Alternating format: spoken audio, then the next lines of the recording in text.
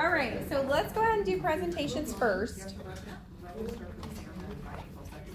Because as you noticed last class, usually the presentations cover the material that we're gonna go over. I'm gonna go sit down. So I just put my paper on here, is that okay? Yeah, that's Just for fine. the information. Okay. Alrighty guys, so I did fluoro lead requirements and it was pretty easy. So there's two basic different types of lead aprons. One being just the one we usually use that we put your arms through and it just straps around the front and the back, so it's mainly gonna protect your front side. Comes with a thyroid shield and it'll protect your sides. The only problem being with that one is that right here from this picture, your back's exposed, so anytime that you're turning your back to the fluoro, you're exposing your back.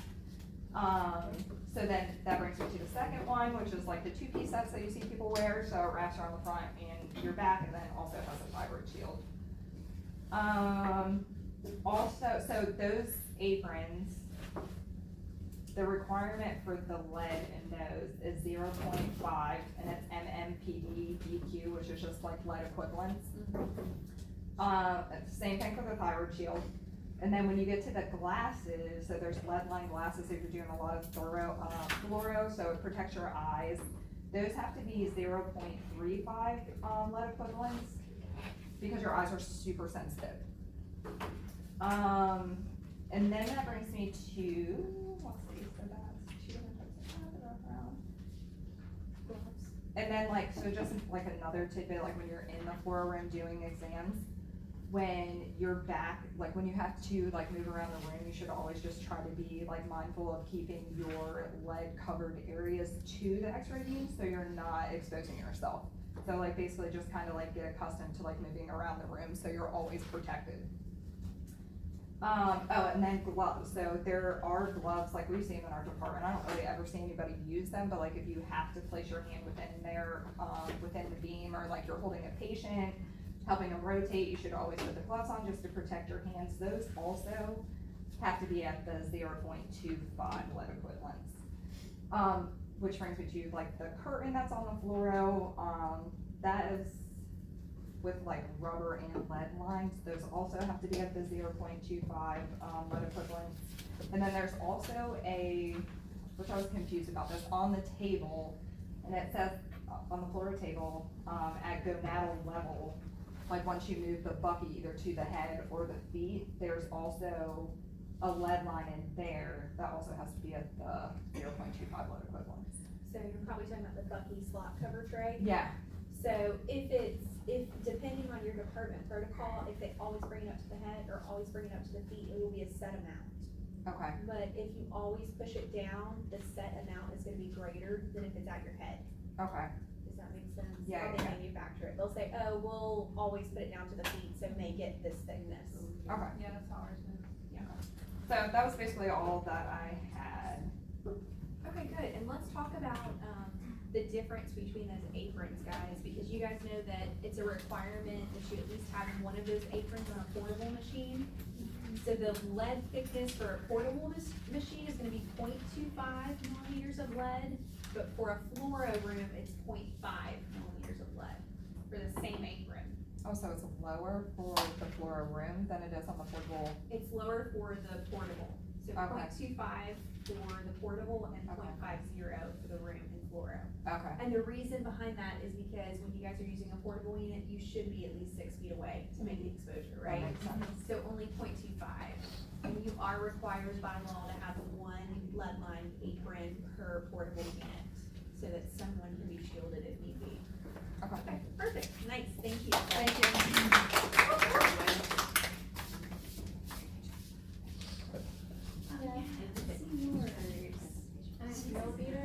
Where did you get these stickers?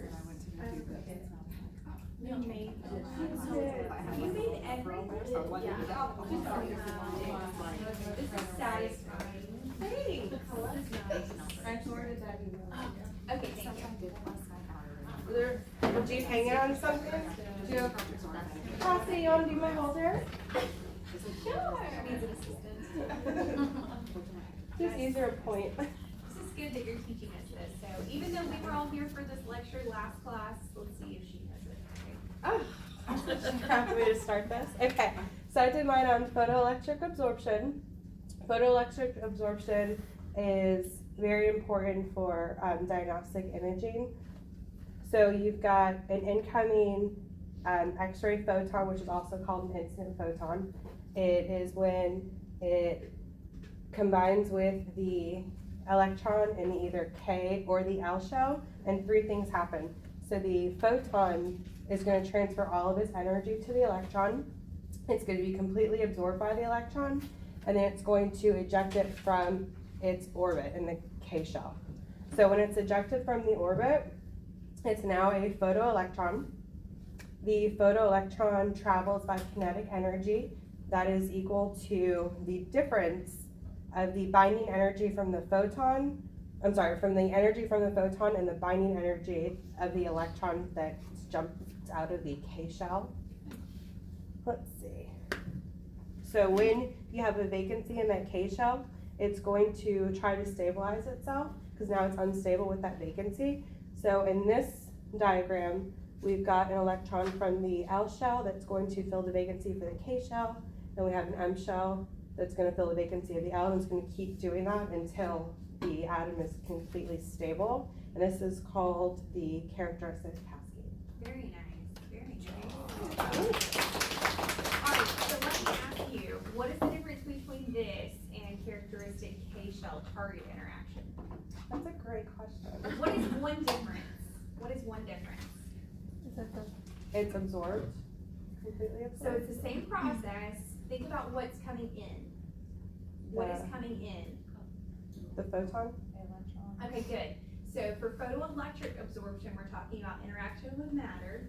So we're talking about this is happening inside of the patient. So if it's photoelectric absorption, it's an incoming photon because we already have an X-ray. Okay. If we're talking about characteristic K-shell for the target, it's always going to be an incoming electron because we don't have X-ray production yet. We don't have X-ray production yet. It's a target interaction. Another thing you can think of is disassociating these two, which I just taught these yesterday in class, so this is why I want to kind of talk about it just a little bit. When we talk about those target interactions, remember, we say, what is the binding energy of K for tungsten? What is 69.5, right? So we have to have at least 70 kVp for that interaction to happen. That's a target interaction. But when we talk about photoelectric absorption, we're talking about fat, tissue, muscle, bone.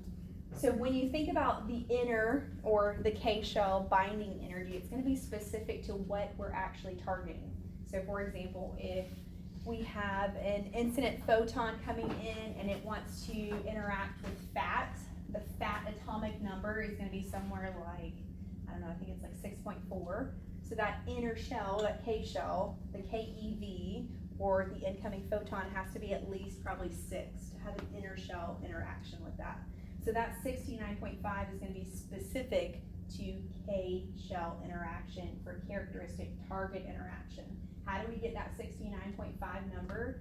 The atomic number of tungsten, which is what the target is made out of, right? So the target, does anybody know the atomic number of tungsten? Off the top of your head? 74. 74, good, good. All right, so that means in the nucleus we have 74, right? That's the atomic number. So if you think about this inner K shell right here, this electron binding shell right here, the innermost 69.5. So it just drops a little bit down from that 74 atomic number if that's how you want to associate it. The actual X-rays interacting with the body parts. You don't need to know the breakdown of the difference of atomic number between fat, bone, muscle, tissue, things like that. But you do need to know that they have different atomic numbers. That's how we have differential absorption. That's how we have different colors on our X-ray, different contrast, darker or lighter. Bone obviously has a high atomic number. That's why it shows up as white on our images. Air is very easily penetratable. That's why it's black. Everything passes through. We have a lot of transmission there. Okay, good. I like it. Thank you.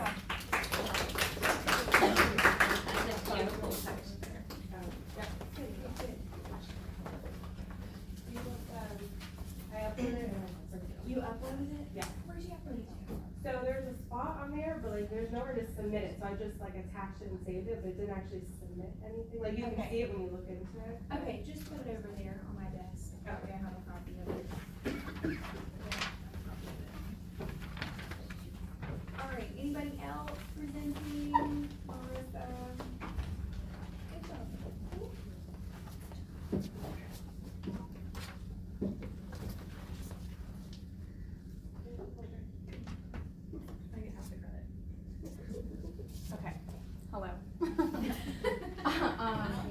mine on fluoroscopy, ABC, AERC.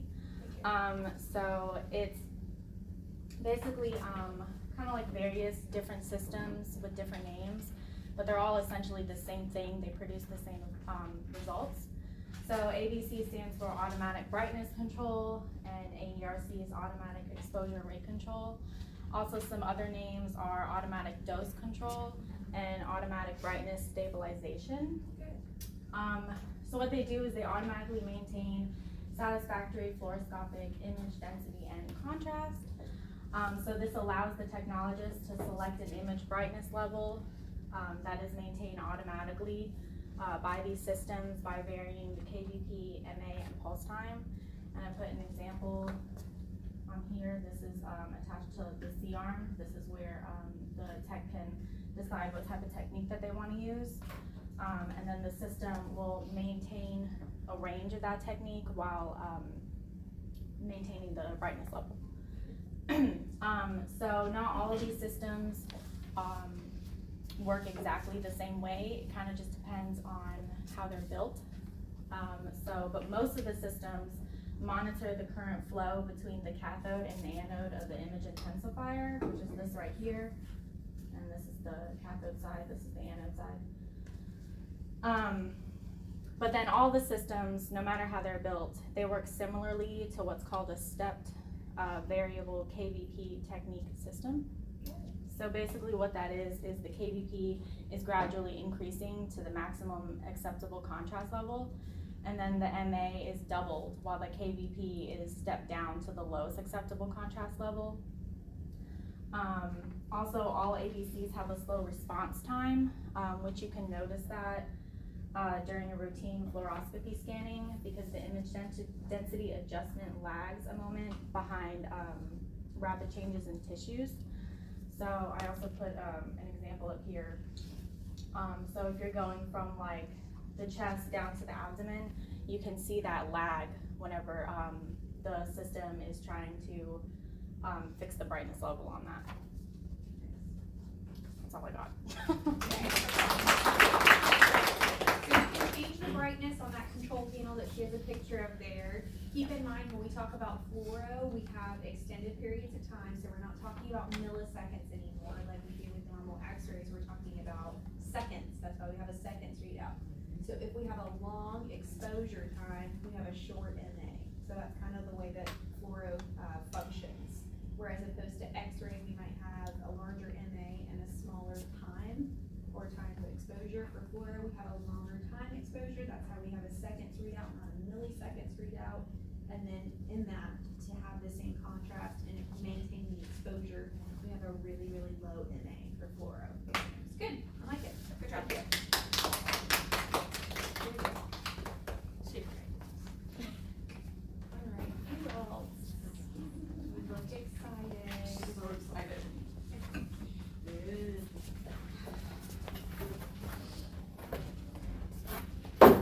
What's up? Final dosimeters. Okay, yay.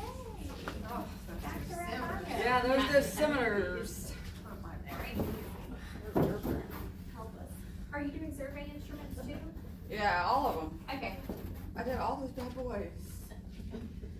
So the pocket dosimeter is the most sensitive type of personnel dosimeter. It looks like a little pen, and there is a little gauge here on the side, and it has the meter.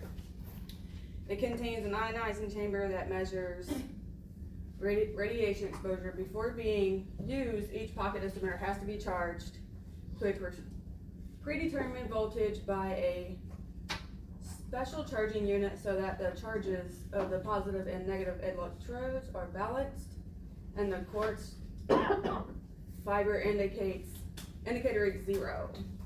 It contains 2 electrodes. One positively charged is the central electrode, and one negatively charged, the outer electrode. That's what I have on the little pen. And then the one that we wear is the OSL. This dosimeter has 3 different filters that are incorporated into the detector packet of the OSL dosimeter: aluminum, tin, and copper. This meter can be worn for up to a year. it is commonly practiced to wear it for a period of 1 to 3 months. And if you're pregnant, you can get another one and have it at your abdomen. These ones go at you can have one on your head, your neck area, your breast, and one for your belly if you're pregnant. Where am I at? Provides an accurate reading as low as 10 USB is 1 mrem for X-ray, and gamma ray photons with the energies ranging from 5 keV to greater than 40 MeV. The Geiger. The GM survey serves as a primary portable radiation survey instrument for area monitoring and nuke med. The GM survey meter has a audible sound system that alerts the operator to the presence of ionizing radiation. Metal encloses the counter's gas-filled tube or probe, which is the unit's sensitive ionizing chamber. Meter readings are usually obtained in milliroentgens per hour, Roentgens, because GM tubes tend to lose their calibration over time. The instrument generally has a check source of a weak, long-lived radioisotope located on one of its sides of its internal surface to verify its constancy daily.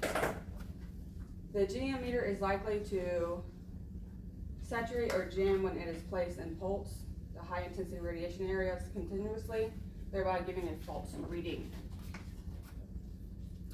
Thermolucent dosimeter, TLD. Yeah. The exterior of this type of dosimeter may resemble that of a traditional film badge. However, its interior differs completely. This device contains a crystalline formed powder or more small chips of lithium fluoride, which functions as the sensing material of the TLD. Ionizing radiation causes the LIF crystals in the TLD to undergo changes in some of their physical properties.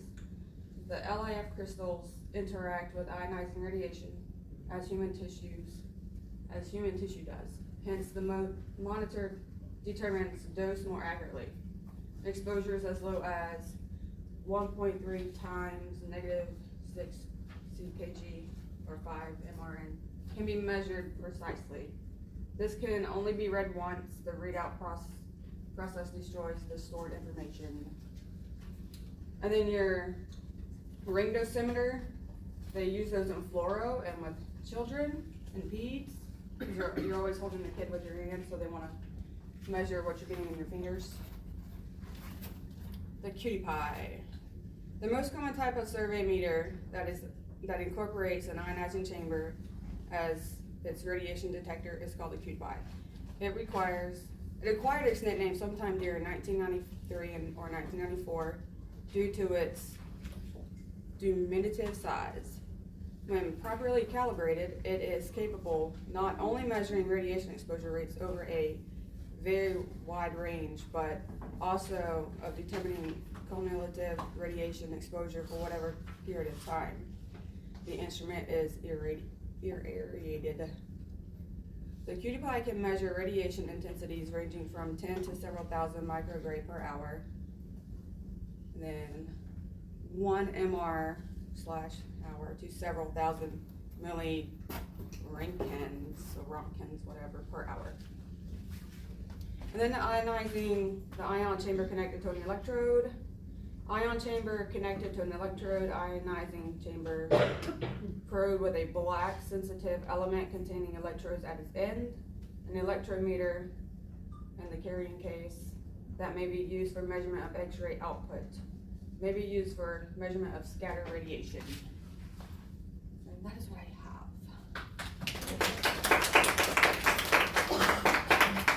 Okay, so let's separate them out into survey instruments and dosimeters. So Nicole, what are the 2 survey instruments that you covered? Your GM and the cutie pie. Good, GM, sometimes known as a proportional counter, and then the gas ionization chamber instrument, which is also known as a cutie pie because of its size.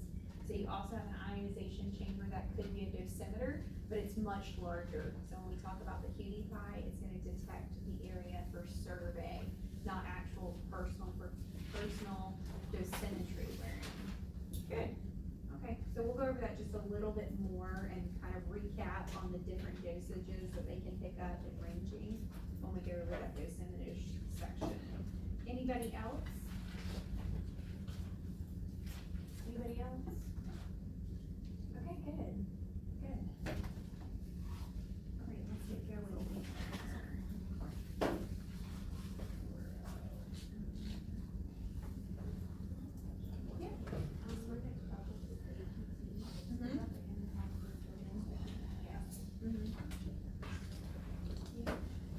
All right, so let's get rolling here.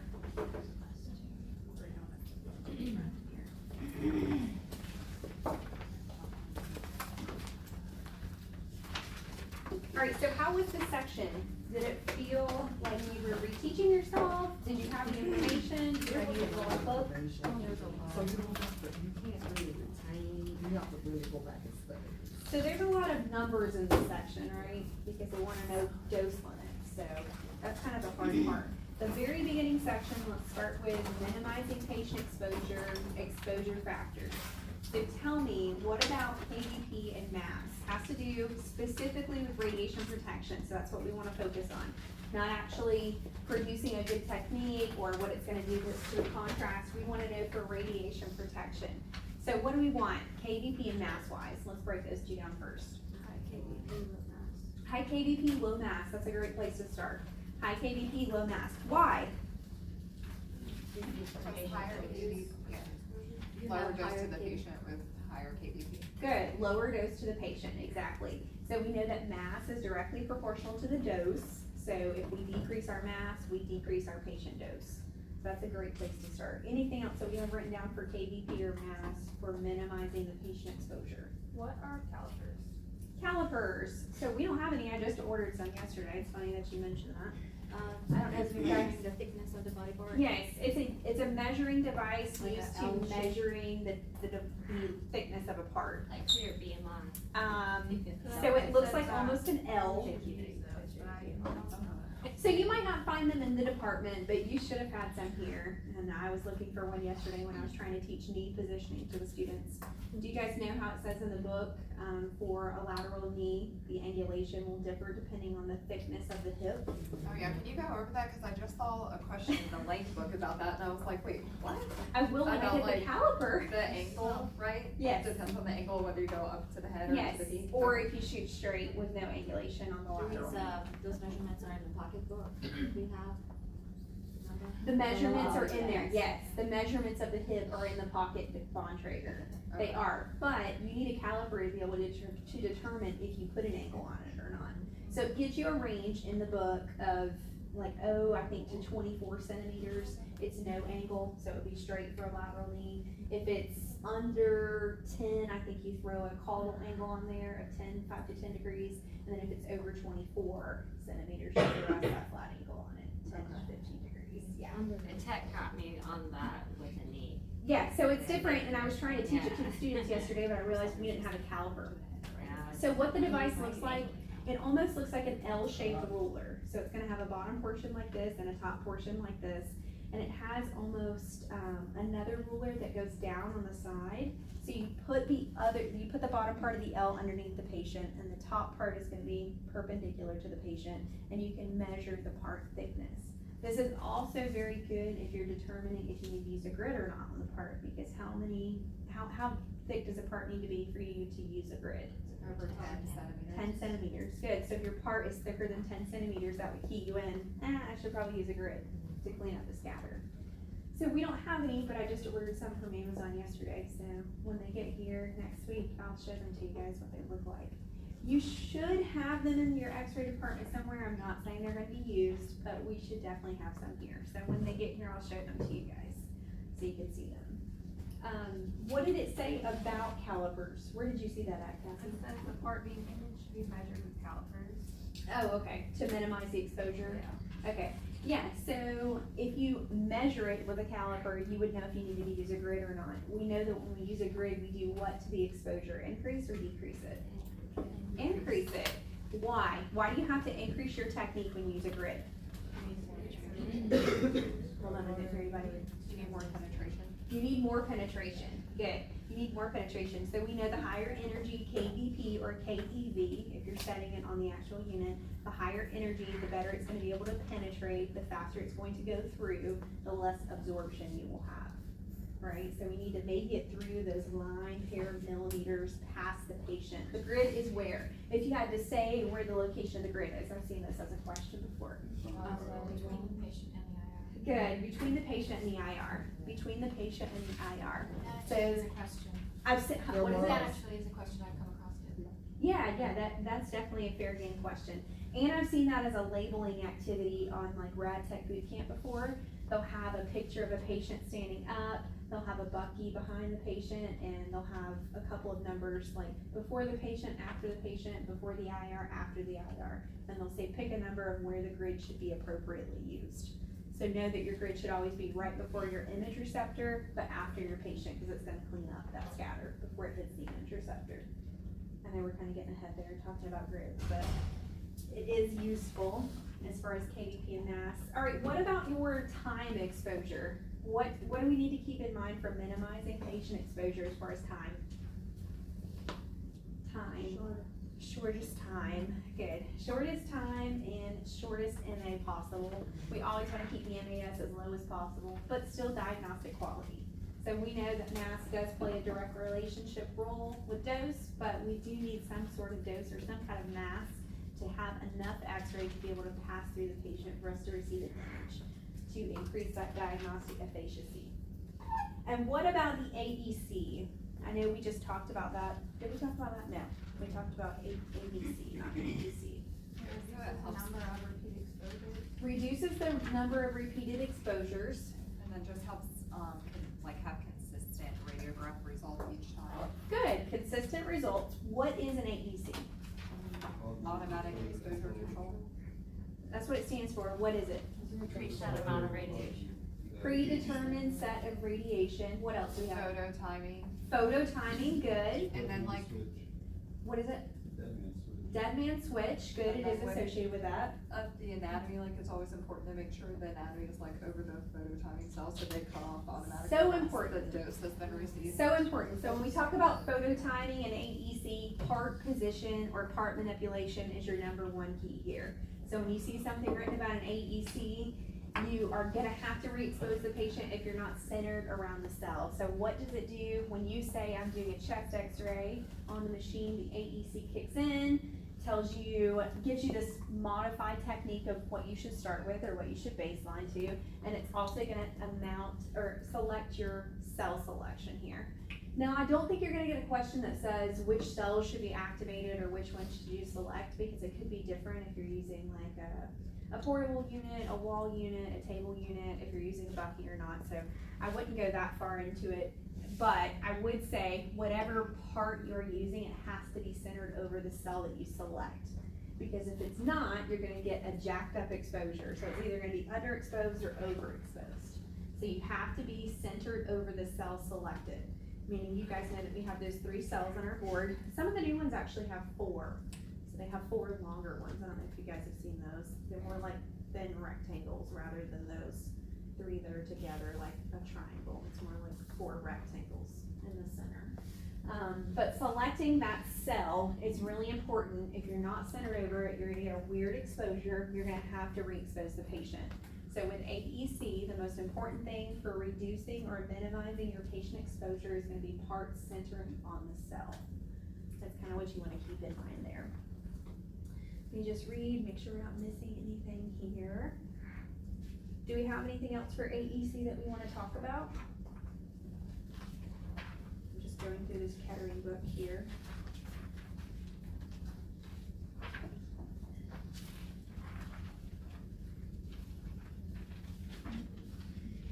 Alright, I feel good about that. You guys feel good about KVP and mass? Okay, good. You guys know that when we decrease our KVP, we have a lower energy photon, which means that we could have more absorption of the beam. So when we increase our KVP, we're able to penetrate through, we're making that photon higher energy able to pass through, but when we decrease our KDP, we have a lower energy photon, which means it's traveling almost at a lower energy. You could associate it somewhat with speed. Remember, X-ray, constant at the speed of light in a vacuum, or not at all. Traveling at the speed of light, or not at all. When you think about that, associating those factors together. But as far as KDP is concerned, when you decrease that energy, decrease the actual KDP from 70 to 50, you would have more skin entrance exposure because you have more absorption of the beam. Remember that KDP can be classified as quantity and quality, but mass can only be classified as what? Quantity. Good. So as we increase the KDP, we're gonna increase the actual amount of X-rays reaching the IR as well. So it has a controlling factor in both, mainly for quality though, but it does have some effect on quantity, because when we increase the efficiency of the X-ray tube, we're increasing the number of X-rays made at the same time. But mass is separated completely to quantity. Alright, so let's go to the next one, beam restriction. Purpose of primary beam restriction and types, example collimators. So what do we have for this one? What is the purpose of a primary beam restriction? So it reduces the amount of tissue exposed to the radiation beam. Good, which hopefully you're seeing this clinically, right? You don't leave the collimators wide open. If you do, don't tell me, I don't wanna know. I don't like that. So we never want to expose more than we have to. X-ray, we know, no amount of radiation is considered safe, so whenever we can collimate in, is a good thing, right? Reduce the overall exposure. Anything else we have under purpose of beam restriction? Reduces the amount of scatter. Reduces the amount of scatter, good, I like it. Which in turn would reduce the dose occupationally to us and reduce the dose to the patient. I also have on there that it restricts the primary beam to like the specific area of interest. Right, reducing the direction of the beam. So you're collimating in, reducing the beam and reducing the scatter while reducing the tissue exposed. Good, I like it. All right, so types of beam restrictions, collimators. What do we have? What's a collimator? Variable aperture device. What is it? Variable aperture device. Variable aperture device. Okay, good, I like that. So I put on there that manual, like the collimators just manually adjust the beam restricted. Good, collimators are manual adjusters, so we can manually adjust them. So we could go in, we can adjust the longitudinal aspect or the latitudinal aspect factor of it. It's a manual adjustment though. How about if it's automatic? What is it called if it's automatic? Positive beam limitation. Good, PBL or a positive beam limitation, that's the automatic one that adjusts to the size of the image receptor or the part being exposed. So those are the two differences. Collimators, we can manually adjust each direction. PBLs, when you select a hand on a 10 by 12, it sets it up for you. Right, those are the kind that we get used to and we like. Those make us happy. All right, what else do we have under types of beam restrictors? Cones and cylinders. Okay, it's been a long time since I talked about these, so what do you guys have for this? Attached to the bottom of the collimator. Good, they attach to the bottom of the collimator. Most effective at a designated SID. Most effective at a designated SID, so they're all set to different SIDs. And it's Depending on useful for facial and paranasal sinus. Useful for facial and paranasal sinuses. Why? Because it's a smaller area, right? Because it's a smaller area. So a cone and a cylinder would be able to take a shape of a cone or a cylinder, so think about the shape, whereas our collimators are squares or rectangles, right? So it allows us to take a different shape here. Has anybody ever seen a cone or a cylinder in clinicals? We have in like fluoroscopy when we do L-spine, myelograms. Myelograms. And then we have to go into a small area and just enlarge the picture that's. Good. So you attach it on yourself. Very nice. So I've only seen a couple ever, and they're not really used routinely. I've never used them for facial bones or sinuses, anything like that, but I've used them for a fluoro unit as well. But for smaller areas that you want to cone in on, so make a different shape. So you would attach this directly to the collimator, and instead of getting a rectangular or a square shape, you would get a circle or a cone. So that's gonna be the difference there. And it's manual attachment, meaning you have to put it on the actual machine. And then anything else that we have for types of beam restriction?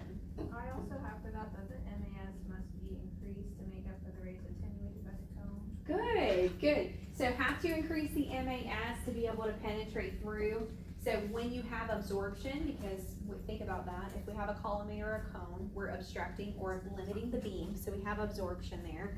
So you would have to bump up your MAS to be able to penetrate through. Good, I like it. I like it. Anything else for this section? Do we need to know this formula for calculating field size? Calculating the field size. Let me see if it's in here too.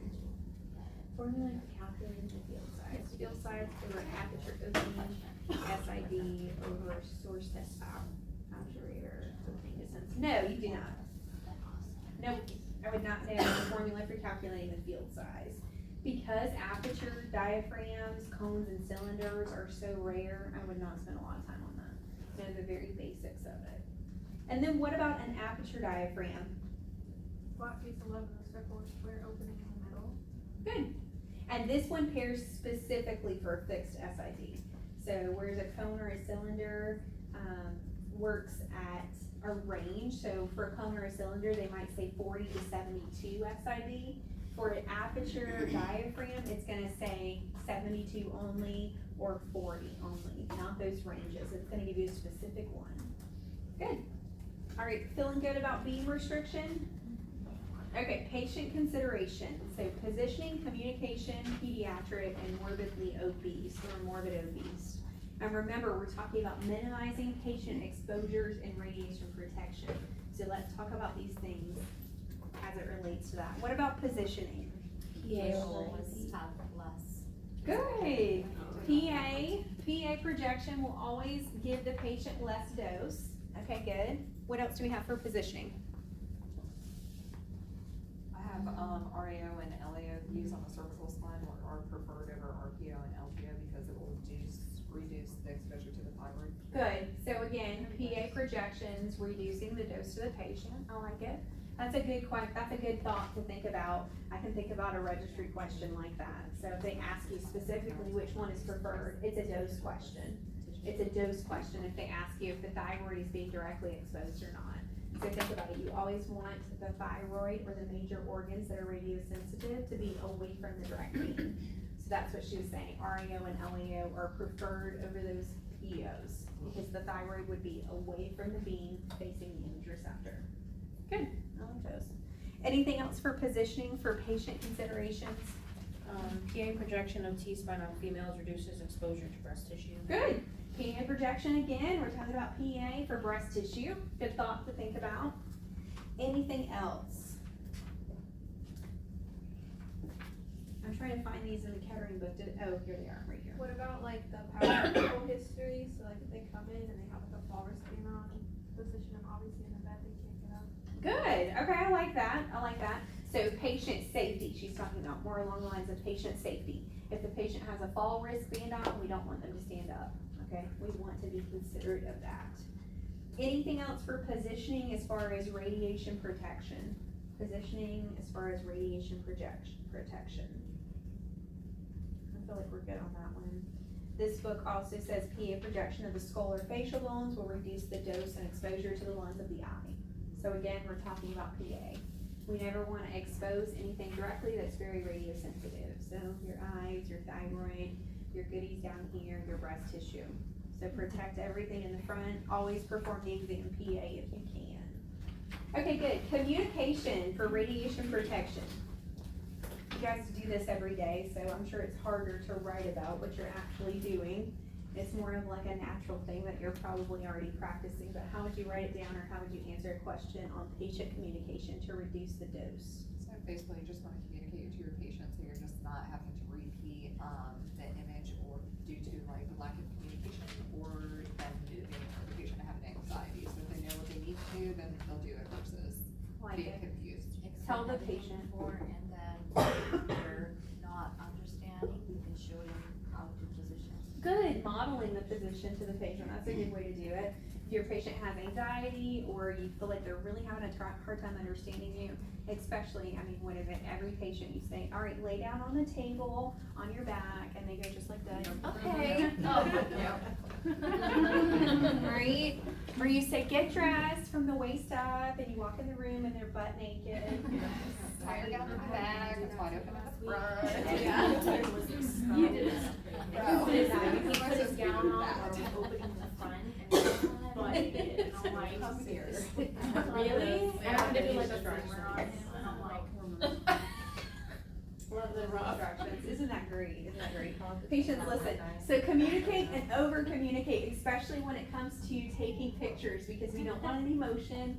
We don't want them to move at the last minute. So if your patient's having a hard time holding a position, like their hand is really hurting and you're starting out with a PA, if you can tell that they're just like struggling to try to hold the position, maybe give them some finalized instructions. All right, hold still for just a moment while I take this picture, and then we can free up your hand. Okay, so I think about questions like that. Communicating with your patient at an age basis level. So if you have a toddler or if you have an infant, you're gonna talk to the patient's parents, obviously, or the guardian. If you have a toddler, you wanna get down on their level, use those communication skills, kind of determine the atmosphere. Do I need to hold the patient? Does somebody else need to hold the patient? Is the mom freaking out? They're not able to hold the leg straight. Do I need to get somebody else in here with me? You're gonna read the room, right? Because you're the rad tech. So you're in control of that. Repeating instructions to the patient, making sure that they're cooperative and easy to understand as far as your instructions go. Reducing the motion is gonna reduce the repeat exposure. So that's the end goal there. All right, pediatric, anything we have specialized here? The technique factor should be chosen based on clinical indications, patient size, and anatomical area scanned. Good. So definitely techniques for this one. So if it's a smaller body part or a smaller person, we need less juice, right? So less dose to the patient. We never want to use an adult dose on a pediatric patient. That's probably a registry question. They won't give you specific numbers, but they'll say, what went wrong in this exam? A pediatric patient came in and we used an exposure factor for an adult. That was the wrong thing, right? We'll say, okay, well, we explained the exam to the patient, but we forgot to change the AEC, or we forgot to change the technique that we used. What is this gonna do? Result in a higher dose to the patient. I've seen questions like that. What else about pediatric patient considerations for reducing those exposure factors? Shielding and collimation, good. Shield when appropriate, when you can. Right now, appropriate is anywhere else outside of the area of interest. Okay, so anywhere outside of the area of interest. Remember, those shielding kind of regulations might be changing in the future, but right now, per the registry and ASRT, we shield anywhere we can that's appropriate outside of the anatomical area of interest, especially pediatric patients, because they're more radiosensitive. I listened to a lecture this weekend about radiosensitivities. So if you guys see these on your registry, or if they give you some kind of question regarding this, I want you guys to write this down if you don't have it. So remember we talked about those cells, or I think I gave you guys an assignment. We can really erase this over here. I gave you guys an assignment to look at all of the parts of the cells and the different abilities it has. I had you guys write out a little homework assignment on cell theory and the parts of it. So if you saw, erase all this. Need some spray in here. Alright, so if we saw lymphocytes, muscle cell, nerve cell, stem cell. This is a good one for radiosensitivity. And I actually just listened to the Kettering safety portion registry breakdown of this one. And I thought it was a good thing that he kind of brought special attention to this. So if you have the home study, you listen to the same lecture portion as me. Do you have the home study? Okay, so which one of these cells are the most radiosensitive? Lymphocytes. A lymphocyte is the most radiosensitive. Why? Because it's the building block within the cell. Okay, so it's even smaller than a stem cell. Right, so I've never really associated this either, but it is technically a part of the cell. So think about lymphocytes, think about your lymph nodes, think about cancer is able to travel. This is why, right? Even though those stem cells are kind of in their basis figuring out what they want to do, a lymphocyte is smaller than a stem cell because it's a part of the stem cell. Okay, makes sense? Okay, which one of these is the least radiosensitive? Nerve cells. Nerve cells. That was on. Nerve cells, because they're the most specialized, right? So they're the most specialized. So these guys know what they're doing. They're hanging out in the spinal cord. They might be in your brain. They have neurons attached to them. They're really highly specialized. All right, so if we had to order them in most radiosensitive to least radiosensitive, we would do it like this. 1, 2, 3, 4. And I really like the way he mapped this out because I could picture it, so I hope you can too. If you got a registry question, they might ask you, label these or order these in the most radiosensitive, or label or order them in the least radiosensitive. So make sure you read your question. But I really like that he brought emphasis to that on that lecture, so I wanted to kind of bring that into your attention as well. I think that's a good thing to look over. And lymphocytes, think about it. If you have a hard time remembering it, think about how cancer is able to spread, or mets. So if you have cancer in your breast tissue, what are they gonna do first? They're gonna check your lymphocytes or your lymph nodes to see if it's spreading anywhere else, right? So those basic blocks of the cell. The lymphocyte is going to be the most radiosensitive, followed by the stem cell that doesn't know what it's gonna do yet.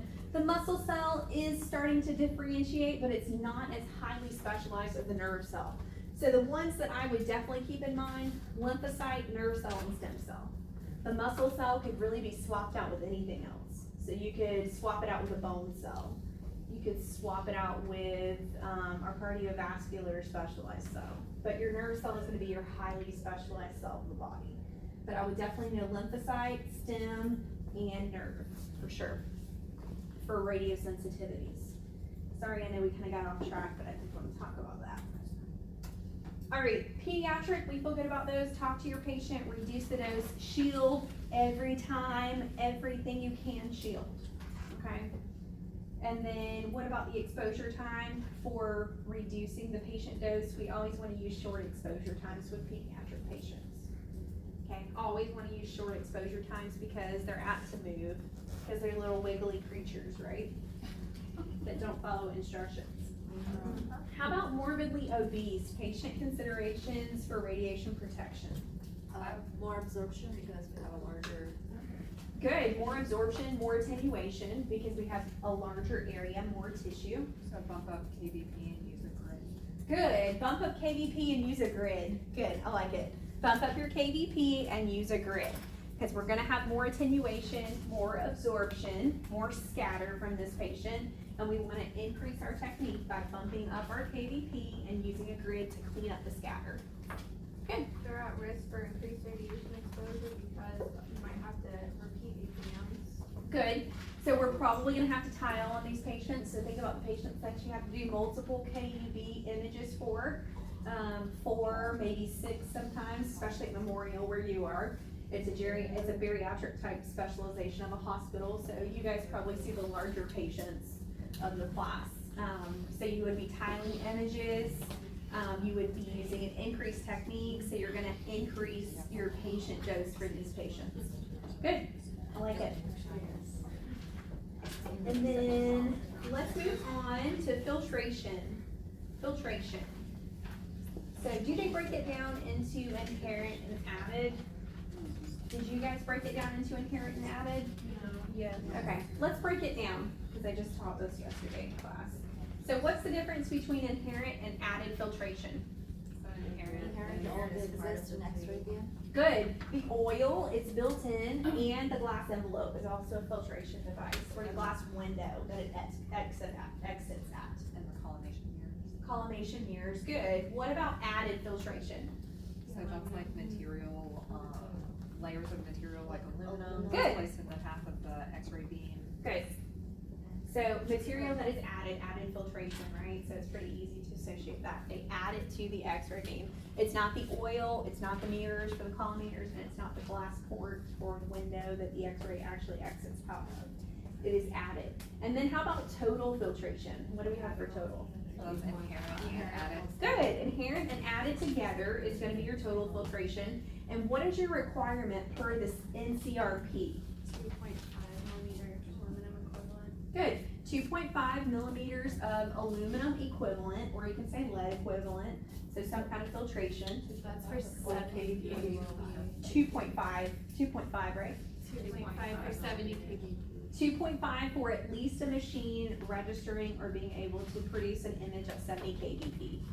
So 2.5 millimeters of lead equivalency, or you might see aluminum equivalency when we're talking about filtration. Is that That's for total. inherent? This is for total. For total, so that's gonna be your added plus your inherent. Your added plus your inherent, the requirement is 2.5 millimeters of equivalent, of aluminum equivalency for a machine operating at least 70 kbp. You need to know the inherent numbers. What are the inherent numbers? I said a minimum of 1.5 on exiting the collimator, like it's just a bunch of numbers. No. Just know the 2.5. I would know the 2.5 for the NCRP. Cole, can we change it? It's fine. Where's it at? I don't know where it's at. It's hiding. Let's see what it's on. Leave it alone. 69. Good. Oh, maybe it's set to 80 actually. Sorry. Oh. 79. It's 69, but it's not Go to 80. It's 69. No, Yeah, stop. please don't go to 80. Uh-oh, I don't know what I just did. It's 69, but it's set to 80. It's probably gonna get warmer. I don't really know how to work it. It is kind of cold. Maybe you should exercise. Does anybody need yoga or anything? Or whatever. Hot yoga? All right, how are we feeling about that filtration? So we have added, inherent, and total filtration. Added, inherent, and total filtration. Questions on those? And half value layer would fall into that too. Yes, definitely need half value later. Yeah, can you just go over the whole primary being 50%? What exactly is the half value layer? Oh, It's tell something me, that's someone tell me what the half value layer is. 50% of something. What reduces the beam to half of its original value. Okay, yes, so half value, half is in the actual word, half. So the filtration required to reduce the number of the energy of the beam to half of its original value. So that takes away the low stuff. Yes. Okay. Yeah, so if you had, I don't know, a technique set at 50 keV, reducing it to half. So what amount of filtration would you need? There's not gonna be a number on it. And sometimes they use it to determine how much filtration you actually have within your beam. They'll test it, a physicist would come out and test the beam and see how much KeV is actually coming out, or KVP is actually coming out versus what you're setting. So the amount of filtration provided to reduce the beam to half of the intensity. Is that what they're talking about, hardening the beam? Is that something else? Yes, so what does filtration do? It hardens the beam. Good. What is the purpose of filtration? What does it do? Low energy extra. Short wavelengths of high energy. Good. It takes out those low energy photons, which would do what? What would those low energy photons do? They just add dose, right? They just add dose, and they just add fog to the image, right? So fog, if you see the word fog on the image production section. All it does is add increased entrance skin exposure, because it's gonna get stuck directly before it goes into the person's body, and it increases the fog if it scatters on your actual image receptor. So that's what filtration does. It hardens the beam or takes out those low energy photons. So it reduces the dose to the patient and it increases our spatial resolution. Can you repeat that? Half value layer. So the filtration required to reduce the beam intensity by half. The amount of filtration required to reduce the beam intensity by 1/2. Yep, so it's not gonna be a number, it's gonna be just a concept, and sometimes they use this to measure the actual filtration required per the machine. So I have that it's measured at least annually by a physicist. Good. So they come in and they inspect the tubes. Yes, they do. annually for their half value layer. Good, so like she's saying it's performed annually, it's a test that they could do on the actual machine, the physicist would do it, they would check it, yes. Same thing for like mass calibration and KVP calibration and SID and collimation field. So all of these numbers we're probably gonna go over in image production. It's like gonna be the quality assurance and the equipment operations section, yes. And we'll go over all of these numbers because when the medical physicist comes in, he'll test the beam to make sure that it's operating at a safe level, and they're gonna address all of these things. So we'll do a half value layer test to make sure that your filtration is actually effective. All right, feeling good on those? And then I think we talked about effect on skin and organ exposure. Do you guys have anything else for that? Increasing your filtration is gonna decrease your entrance skin exposure and decrease your fog. What about organ exposure? Do you have anything for that, for filtration? Organ exposure. So it reduces skin and organ exposure by filtering out low energy harmful radiation. Good. So think about the skin as an organ. I wouldn't think about anything else within your body. If you have low energy photons, it's gonna be absorbed by your skin. Your skin is your largest organ. Okay? So by increasing your filtration, you decrease your entrance skin exposure and decrease your organ exposure, right? So we have more transmission, more absorption, more actual diagnostic quality as far as reducing the scatter and your basic absorption. All right, feeling good about those. Effect on the average beam energy, we just talked about that. When you increase your filtration, you take out those low energy photons, which makes your beam harder, or you're hardening your beam, making your beam more able to pass through the patient. We feel good about You those? said that increasing filtration increases entrance skin Increasing filtration decreases entrance skin exposure, and decreases patient dose. Increasing your filtration is gonna decrease your patient dose because it's gonna eliminate those low energy photons, which just contribute to dose. They don't have any diagnostic quality. That's why we wanna filter them out. has no effect. Good. Yeah. All right, so the NCRP recommendations, minimum filtration in the useful beam, 102. What do you guys have for this one? 2.5 millimeters of aluminum equivalency is gonna be your total filtration.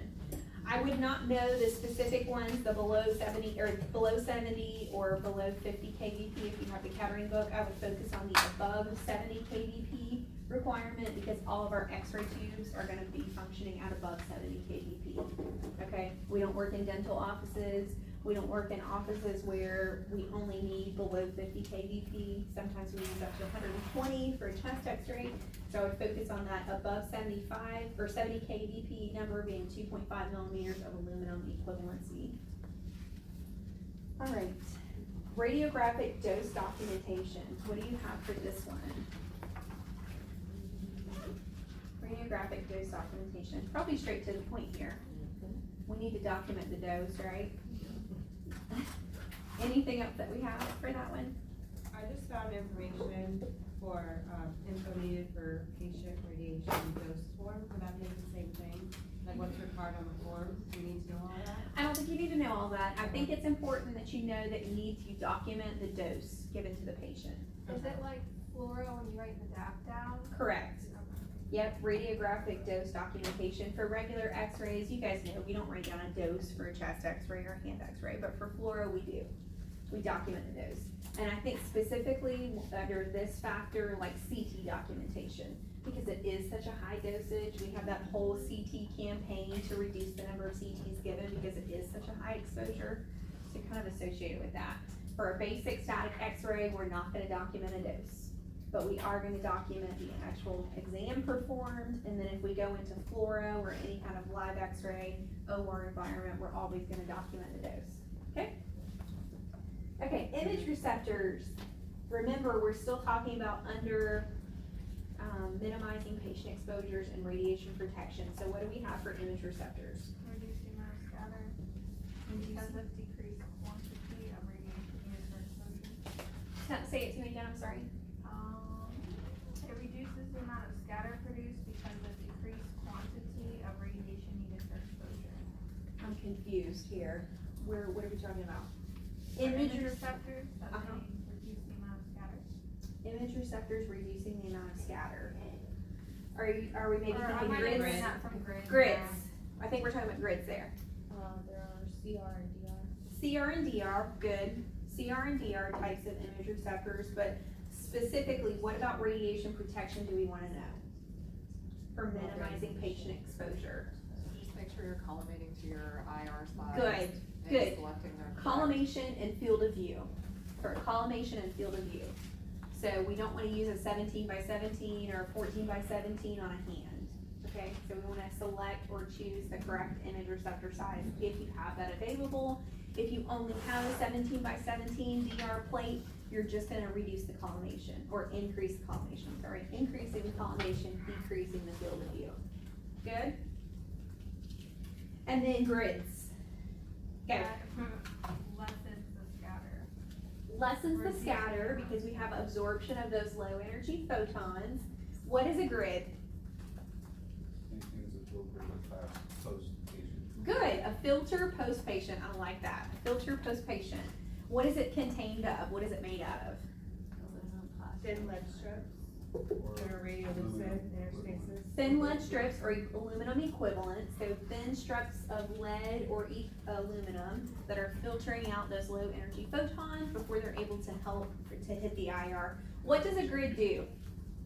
Cleans up Absorbs the the scatter. excess attenuated scatter. Good, cleans up the scatter, absorbs the scatter, absorbs some attenuation. Remember, attenuation is gonna be reduction of beam, so a grid would definitely be a good classification for that, reducing the increasing the attenuation, but decreasing the scatter to the image receptor.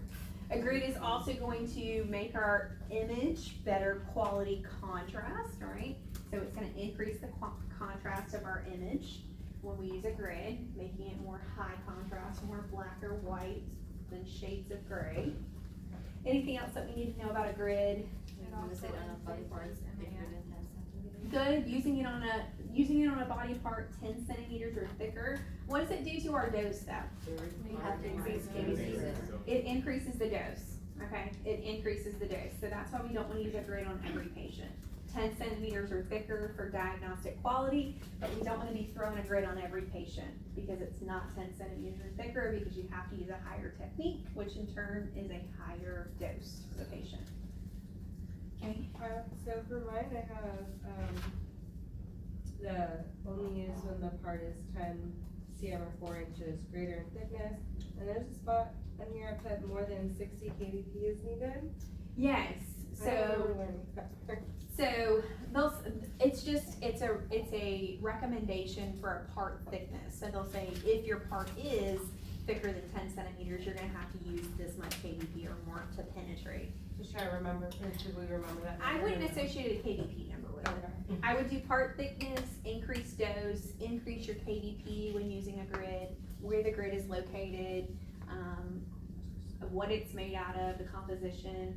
And how about as you increase the grid factor, do you increase or decrease your patient dose? Increase, good, direct relationship. So as you increase your ratio, so 10 to 1 versus 12 to 1, that 12 to 1 is gonna produce more line pairs per millimeter, which is gonna make us increase our technique even more, which is gonna in turn increase the dose. Do we need, so as we increase grid ratio, we increase patient dose? Yes. And do we need to know Grid the ratios? formula? Yes, I would definitely know the grid ratios. It's probably in the image production section.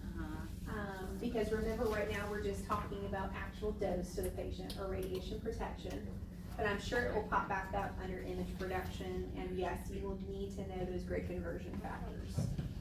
I have a question, as far as grids go, as far as a smart grid goes, Oh, are there gonna be questions on the registry about how that works? There's not. Processing anything about There's not. There will be the next time they update the registry terms, right? So smart grids are new.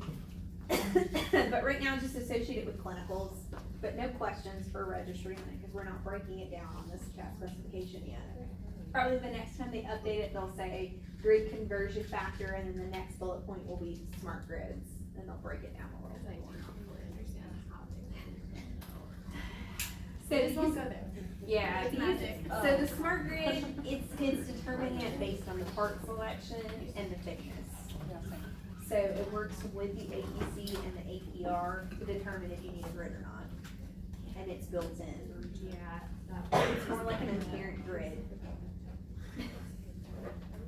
All right, fluoro. So we have fluoro under rad protection. Remember, we're still talking about minimizing the patient exposure. Fluoro pulse, exposure factors, grids, positioning, fluoro time, ABC or AERC, which Marissa talked about, receptor positioning, mag mode, air kerma display, last called image, dose, or time documentation, source to skin distance, and DAP. So a lot of stuff here under fluoro. So first, let's talk about pulse. So what does pulse do for our patient dose? Reduces the dose. So it's preferred, but what does it do to the image quality? It's not as good. It's not as good, right? So we'll talk about that in image production. When you pulse the image, it's not as great of a spatial resolution. So you don't have geometric sharpness when you pulse, but for our terms, as far as radiation protection and minimizing the patient dose, we want to pulse when available. We want to pulse. What is pulsing? I feel like I don't ever use pulse though. So there's a pulse built into your fluoro unit, and then there's a pulse setting. So it's already pulsed inherently. It's already pulsed. Good. So remember when we talked about fluoro, I think last week, fluoro is actually not live X-ray. It's not actually a video. It's, even though they call it cine mode, it's actually more like a flip book. So it's taking images pulsed already and pasting them together. But the frames per second is so fast, your eye isn't able to detect it being a flip book. So is there less in the actual pulse button, like how you can? Yes. Yeah, it's pulsing it even slower. Yeah, pulsing it even slower. Good. X-ray beam is turned off while the image is being processed. Good. X-ray beam is being turned off, so that's what the function of pulse does. So it's turning it on, turning it off, turning it on, turning it off, turning it on, turning it off. Not good for needle localization, things like that. I mean, if you're running a needle into somebody's spine, you probably don't want to pulse, right? Because you want to know before you hit that nerve, which they have all those nerve conductions hooked up to the patient, so we know when we're getting close. But as far as real-time X-ray, pulse is good if your surgeon is drilling, or maybe if they're hammering in. But if they're using any kind of a needle for localization, for where they're going to implement contrast or some kind of, I don't know, bone marrow, things like that, probably don't want to pulse, because we want a real-time view of what the surgeon is actually doing. So we can say, stop, right? That's what he's looking at. He's looking over at the screen as he's going in, placing a pin maybe like this. But if you're pulsing, it's going to be delayed. It's going to be delayed, so we want more accurate representation. But as far as dose is concerned, pulsing is a good thing. It's always going to reduce your dose because we're not constantly streaming or constantly exposing. We're pulsing the image. It's like you do like the burst on your camera on your iPhone, where it takes like a bunch of Yeah. pictures as opposed to video. Yes, Okay. exactly. Yep. So would pulse give you like least patient flows compared to continuous? Yes, absolutely. Pulsing would decrease your dose, absolutely. So have you guys ever seen cine mode in an angiogram or anything like that? Have you guys been able to participate in any of that? Cine? So C-I-N-E, cine mode. So they use it a lot in like the cath lab. Yeah, so it's called cine mode. But if you ever get to participate in any kind of special procedures or venograms, yeah. So any kind of vessels, they'll be using what's called cine mode. That actually is a video. It's very, very, very fast pulse. So that's gonna be like your most detailed, best image quality, but it's high dosage. So in IR when they say like their runs versus they're still that. Yes, runs are cines. Runs are cines, so they're very high dosages, but it's continuous live stream X-ray for high quality. So it's really important that they see the image quality. For vessels, the reason why they do it for vessels is to detect like, what am I thinking of here? Bubbles in the vessel. Bubbles in the vessel. Embolism. Embolism's good, and I can't name it. Bubbles in the vessel. I could probably Google it, right? That's what I got. Bubbles and Embolisms and air. Blood clot? No? Different synapses. I lost it. Should we Google it? Hold on. Let's think about it. It's okay. Sometimes my brain goes dead. I would like to say the positive. I did. Yep, I did work in IRRT. It is cool. Alright, I'm getting nothing for bubbles in the vessel. Think about it. Aneurysms. Aneurysms. Aneurysms and embolisms. So very important because those structures can be super small on the vessel wall. The reason why we use stemming because it's greater detail. Okay, so everything else naturally is gonna be pulse, and then when we use that pulse button or pulse foot pedal, it's gonna decrease the dose even further. All right, moving on, exposure factors in fluoro for minimizing patient dose. I just have increased KVP lower MA reduces patient dose. Okay, but not for fluoro, remember fluoro specifically. So we just talked about it, fluoro time is gonna be longer. Seconds, good, the seconds is gonna be a higher number because it's an actual time, not a milliseconds, and the MA is gonna be very low for fluoro. So that's going to reduce the dose as much as possible. Then we also have that ABC or that AERC, which automatically changes our technique, our KVP, for us to be able to see. Like she said, if you move the C-arm or you move the fluoro tower down, maybe from the chest to the abdomen, or maybe you're working in the carotid area and you move it down to the chest or the trunk, it's gonna take a little bit for the machine to catch up and brighten the image again. Remember, that's the purpose of the image intensifier, making the image bright so we're able to see it in the light, not the darkness. So the main thing we need to know is that the time is longer and the MA is lower because the time's longer, and what's going on with the KV? The KVP is gonna be a variable, so the KVP is variable changing depending on your ADC or your AERC. Okay, so the KV is, is connecting with the ABC. Yep. Okay. All right, how about receptor positioning? What do we have this for fluoro, receptor positioning for reducing patient exposure?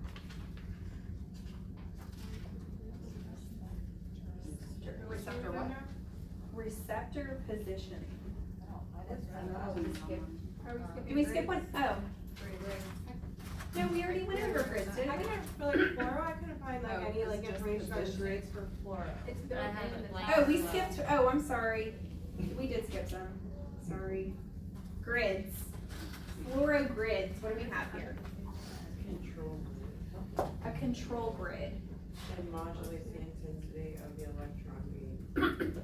So a grid for the fluoro unit is gonna be built in. It's almost like an inherent filtration. It never comes out. Never comes out. We're never gonna place one for a fluoro tower. It's built into the image receptor or the flat panel detector. And it's used based on that ADC or AERC. So it's built in, right? So it's kind of like a smart grid. So it picks and chooses when it's enabled? or Yes, you need- for brightness purposes. It's all for brightness, so So the everything grid for for fluoro. brightness? Mhm. Is it also anti-scatter though? It does, yeah, it does clean up the scatter. It does clean up the scatter, just like a regular grid. What did you have, Cheryl? It's attached to an electron gun. Attached to an electron gun. That's what it says in chemical. I don't know what an electron gun is. Maybe we need to Just look it up. You got the anode and the cathode. I mean, yeah, I guess the anode and cathode, the electron gun, right? I just never heard that term used though. It's in the So definition. filament or focusing cup. Okay, all right. Anything else that we have for grids? What about, did we talk about fluoro positioning already? That's nice. Okay, fluoro positioning. The patient should be positioned as far away from X-rays as practical to minimize patient's entrance. Good, so the patient should be positioned as far away from the X-ray tube as possible. The X-ray tube is where? Underneath them. Good, underneath them in fluoro, so it's reversed, and when you're using a C-arm, where should the patient be closest to? Good, the image intensifier, receptor, you could say flat panel detector. So we want them away from the tube, away from the X-ray tube. Because we can't really control the SID for this, but we can change the OID as far as fluoro is concerned. So we can't really move the patient too far away because your C-arm is limited or your fluoro tower is limited. We can't raise the patient up off of the actual table. But when you're using a C-arm, you want the patient closest to the image intensifier or the flat panel detector, which is either gonna be a flat rectangle, or do you guys still have the bulky image intensifier? Okay, yeah. So you'll see see those flat panel detectors soon. They have them in IR if you get to go into interventional. So instead of that big bulkhead for that image intensifier, you're gonna have a flat panel detector, so it's just like a small thin square. Yes, very high quality, really expensive though. So, we'll get them one day in X-ray. Okay, anything else for positioning? I don't know if it goes in that part, but say you're doing like a, shoulder aspiration or something, did you always put lead, wrap it around the patient when they're on the table since it comes from underneath it? Good question, yes, I would say you could put that there if you want to for positioning or shielding for a fluoro patient. If you want to shield during a fluoro exam, you're gonna have to shield beneath the patient, right? Because the X-ray tube is underneath them. Good, I like it. The X-ray tube is underneath them, right? The tube is underneath when we're doing fluoro, the image receptor is on top. So if you wanted to shield, you would have to shield under the patient to actually shield them. Sometimes they do this in peds. I haven't really seen it practiced in adults, but if there's a pediatric exam and we're doing some kind of PICC line, I've seen them wrap a baby in the shield before. Some of our PAs make us do it for like younger women. Good. It's a good practice. It is a good practice. It's radiation protection for your patient. But you have to also think about like sterile fields and things like that. So if you are gonna be draping, you would have to shield them first and then drape your patient and your table, right? So just be careful on sterilization of the field. Anything else for positioning for fluoro, radiation protection? All right, how about fluoroscopy time? The alarm goes off after 5 minutes. Good, the alarm goes off after 5 minutes. We know that that's not a setting where we have to stop or our patient is dying or we're killing them or burning them up with radiation. It's just to draw everyone's attention in the room to we've performed 5 minutes of fluoro. Especially useful for surgeons who perform routine exams over and over again. Like say they're doing some kind of ORIF on the finger and they're like, okay, I'm at 5 minutes, I do this every day, several times a day. I know I should be this point in the study by this time. Just making everyone aware that there's 5 minutes of fluoro being done. The timer or alarm will have to be turned off and then will be reset and reboot in another 5 minutes. So then you know it's been 10 minutes. So you should be having these go off. Sometimes people turn them off in neuro OR rooms, which is illegal, so don't do that if you're a tech, okay? If you work in some kind of neuro OR and they're like, oh, just turn the alarm off before we start the exam. I can't do that legally, okay? So if you wanna do that, you can ask them to tell your supervisor to do it. Your supervisor will say, no, we don't do that, right? Because it's illegal based on the NCRP. We have to have a 5 minute alarm just to make everyone aware of how much fluoro we've actually used. Okay, ADC and AERC, do we want to talk about it anymore or do we feel good about it? For the fluoro time also I had intermittent fluoro instead of continuous beam to reduce fluoro time. Good, good. So pulsing is gonna decrease your time. Good, I like it. Pulsing is gonna intermittently fluoro rather than continual is gonna decrease your time, decreasing your exposure. Good. How about ABC or AERC? Do we feel good about it or do we need to go into depth anymore? Okay, I think we're good on it. Receptor positioning, did we talk about this one? This is the one where I skipped down to. I have source to tabletop distance for fixed fluoro, it's not less than 15 inches. Are you talking about source to skin distance? It says source to tabletop. Source to tabletop, okay, good. Source to tabletop, you probably need to know that one, source to tabletop. It has for fixed and for portable. So Yes. portable is less than 12, not less than 12 inches. Okay, yeah, I would say write those down if you guys don't have those. What was it again? The source to tabletop distance for fluoro. And receptor. Oh, so the source Source is. to table. No. What was it's that? source to 15. tabletop. I think that was like. Source to tabletop is 15. And it's different for stationary or portable, right? It's 15 for fixed and 12 for portable. 15 for fixed, 12 for portable, so that would. I think that's gonna be the same for source to skin. Is that the same for source to skin? Yes. Okay, so it's just written differently, source to patient or source to 15 tabletop. for fixed. So it's the same number. So that's I think SSD is it's the different same though, as cause source. there's 38 and 30 for skin, Yeah. centimeters. Is it different or is it the same number? It is. It's the same, Oh, never mind. 12 inches and Same It's just written in. Mine's in centimeters and hers is in inches. Okay, so you need to know both. I would know both, okay?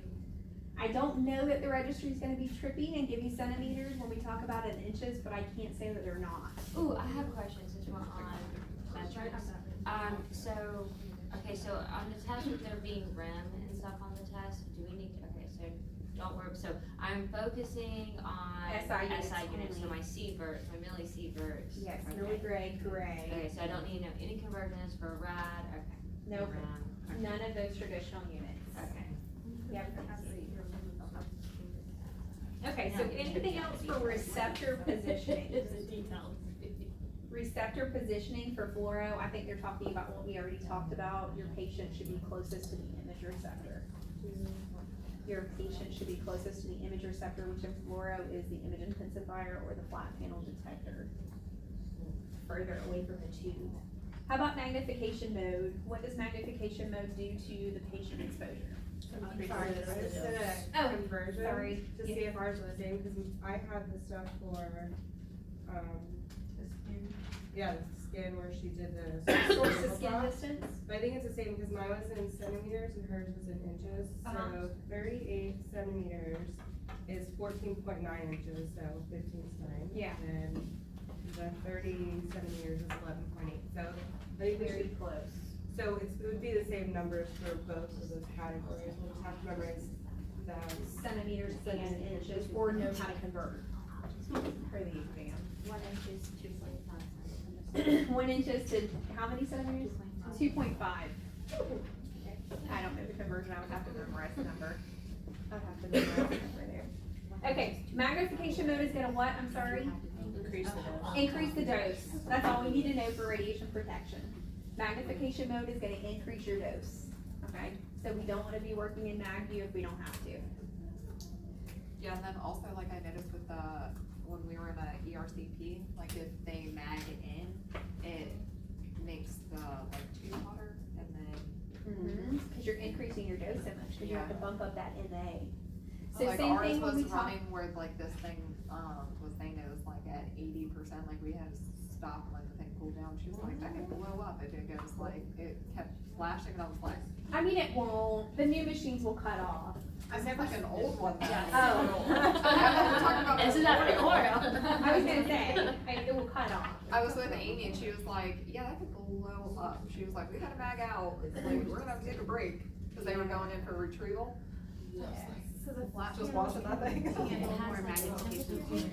Yes, they can. Yep, the flat canners are able to handle a lot more dose, longer fluoro times, and higher. Okay. Air Kerma display. What do you have written for this one? Air Kerma display for minimizing patient exposure, radiation protection. Continuously displayed and updated once every second. Good. To keep the patient dose low.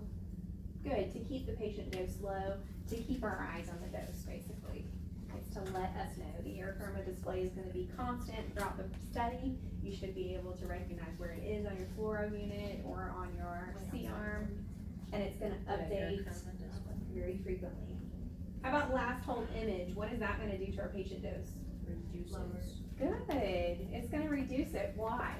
Just the surgeon can look at it, or somebody can look at it instead of constantly. Good, how is it gonna reduce the dose? So they can evaluate the image without continuing. Because we're not taking any more images, right? So if we've already fluoroed, you can use a last hold button or last hold image button to be able to not have to take another exposure or a static x-ray and just hold the last image that was exposed. So it's gonna reduce our exposure. Is that like the save button? Yep, yep, exactly. And then what about dose or time documentation? We already kind of talked about this as far as recording radiation dose documentation. And must be reported in the patient medical record. Good, must be reported or recorded in the patient medical record. So you have to document this. If you don't, you can get in trouble by the NCRP and your hospital risk management team. So we always wanna document the dose. On your fluoro units, I'm trying to think of on those actual TV screens, you usually go in after the exam. and you can pull up a reading after you exit the OR or the sterile field. And then as far as, documenting it, you just wanna make sure that it's in the patient chart. Okay, so that we can always go back and be able to see how much dose they actually received. Alright, minimum source to skin distance, we did already go over this one, I think, right? So it's 15 and 12. Which one for stationary and which one for mobile? 15 for stationary, 12 for mobile. 15 for stationary and 12 for mobile. Or 30 centimeters for mobile and 38 for That's okay.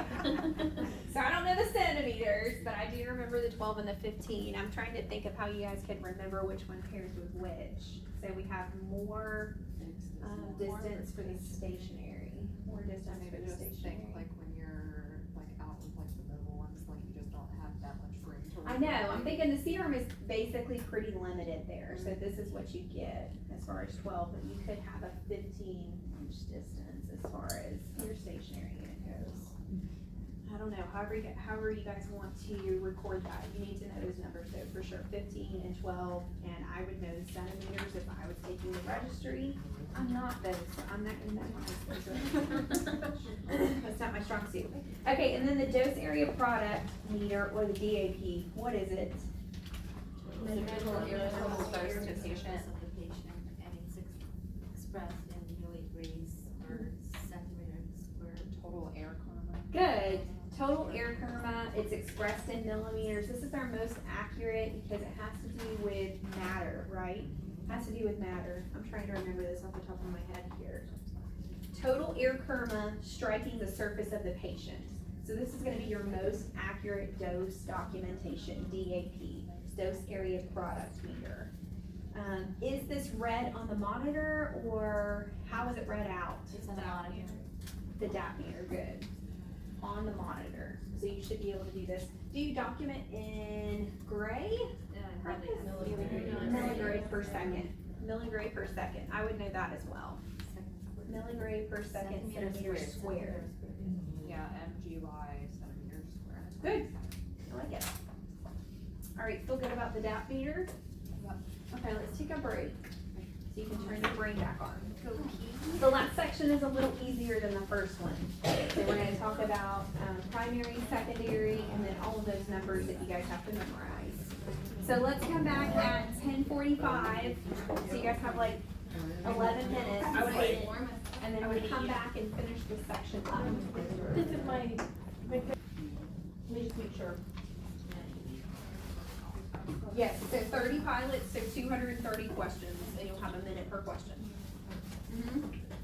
So your month that I'm giving you is technically 30 minutes shorter because it's 30 questions left. Because I'm not giving you 30 pilot questions. Because I'm only pouring your 200. So same amount of time. Remember we talked about that challenge question, how you're able to challenge the question now on the registry? If you get a question for fast protons, or slow protons, or protons and a weighting factor, I would probably do a little challenge on that one. Because there's a discrepancy in the textbook as far as the weight. Go about challenging a question, you have to do it before you leave the testing center? It's on the actual question, so it will say question 20, the question, the answers, and there'll be a check mark for challenge, so you'll click it for challenge, and you can write something in it before you submit it. Okay. While you're testing. So if I got a question on protons, I would probably challenge it no matter what, because there's a discrepancy in literature. So do you have to write like a little tidbit in there while you're challenging?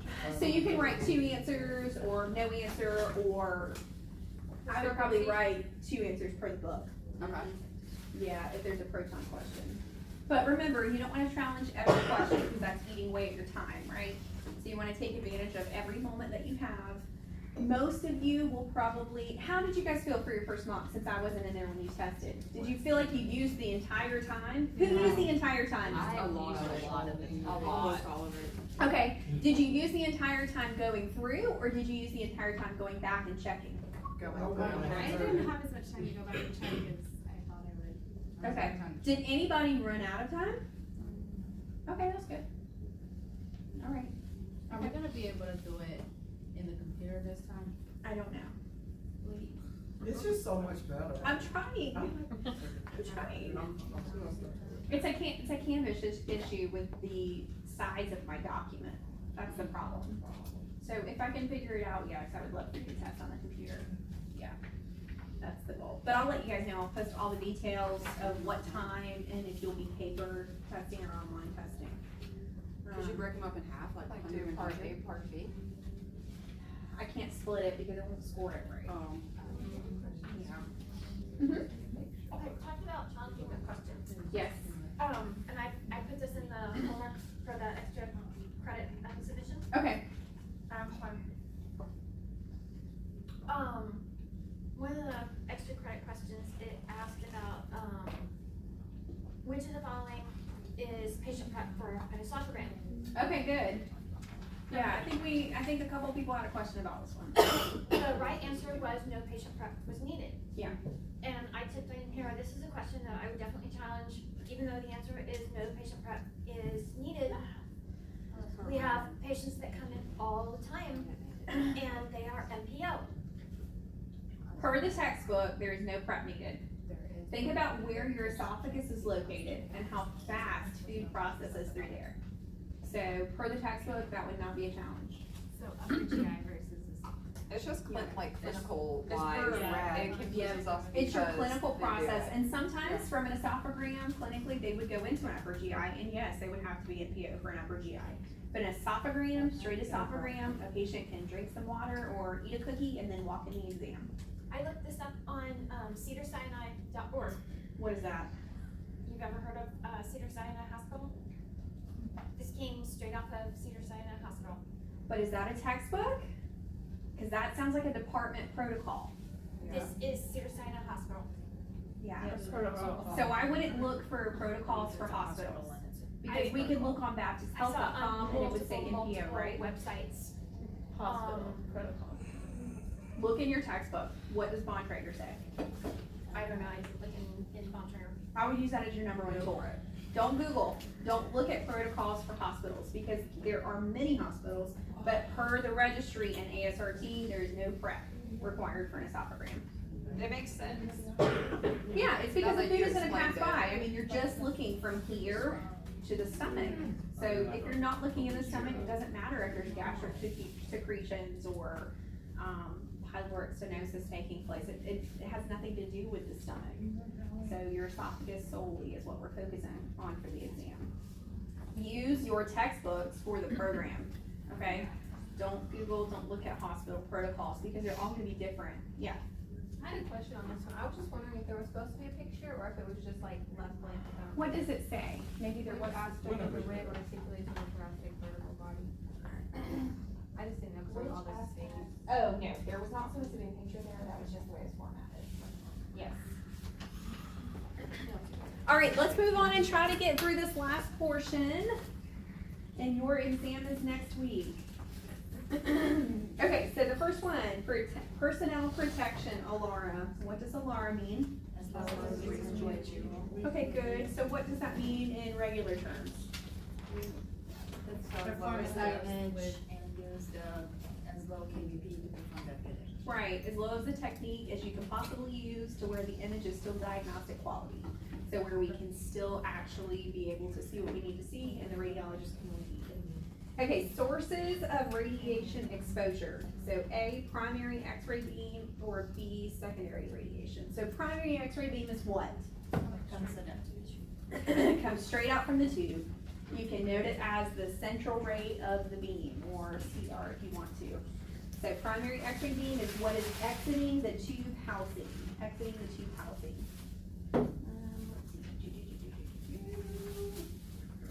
Let's see. How about secondary radiation? We have scatter and leakage. Secondary radiation, scatter and leakage. So scatter is what? Good. Change of direction, classical or Compton. We can also call classical what? Coherent. Good. And that's when we have those low energy photons. So it can occur in the diagnostic range, doesn't very often, but it can. Coherent and Compton. Remember, coherent or classic is our girl that just comes in and shakes things up. She's exciting the X-ray photon. I also have the major source of technology. Good, scatter. The main or most source of technologist or occupational dose. Occupational dose. Good, I like that one too. And then what do we have for leakage? May not exceed 1 milligram per hour at a distance of 1 meter. Good, I would definitely know that, the leakage requirement. So it may not exceed, or it's limited to 1 milligram per hour at 1 meter. 1 meter. How many feet is that? Natasha? Divided with 12. Is it 3? 1 meter, I don't know. What was that I again? would know it though. Leakage, it cannot exceed 1 milligram per hour at 1 meter. I would probably know the feet as well. Google. Is it 3 feet? 100 centimeters. I learned in That's second 3 grade, feet. meet me at the door from the doorknob to the door is a It's 4, 3 feet. 4, 4 4 feet, 4 feet. 4 feet, 1 meter. It may not exceed 1 milligram per hour at 1 meter. So what is leakage? It comes from the house, the tower. Good, comes from the housing and it is escaping out. So think about your actual X-ray tube above your patient. It's not exiting out of the port window, it is coming out somewhere in the tube housing. So it's measured by a physicist and it may not exceed 1 milligram per hour at 1 meter. So there's a limit on that one. How about our next section, patient as a source? Patient as a source. So think about it, how is your patient a source? Because of scatter. Good, good, yeah. Your patient is a source because you scatter radiation, which is our greatest occupational dose, or student dose as well. Anything else for that one? Minimize it with shielding and distance. Good, we can minimize it by shielding or distance, and we know our number 1 cardinal rule for us is what? Distance. Distance is our number 1, good. Backing away, inverse square law. Okay, basic methods of protection. Here we go, time, distance, shielding. These are cardinal factors here. So what is it? Time, distance, shielding. What is time?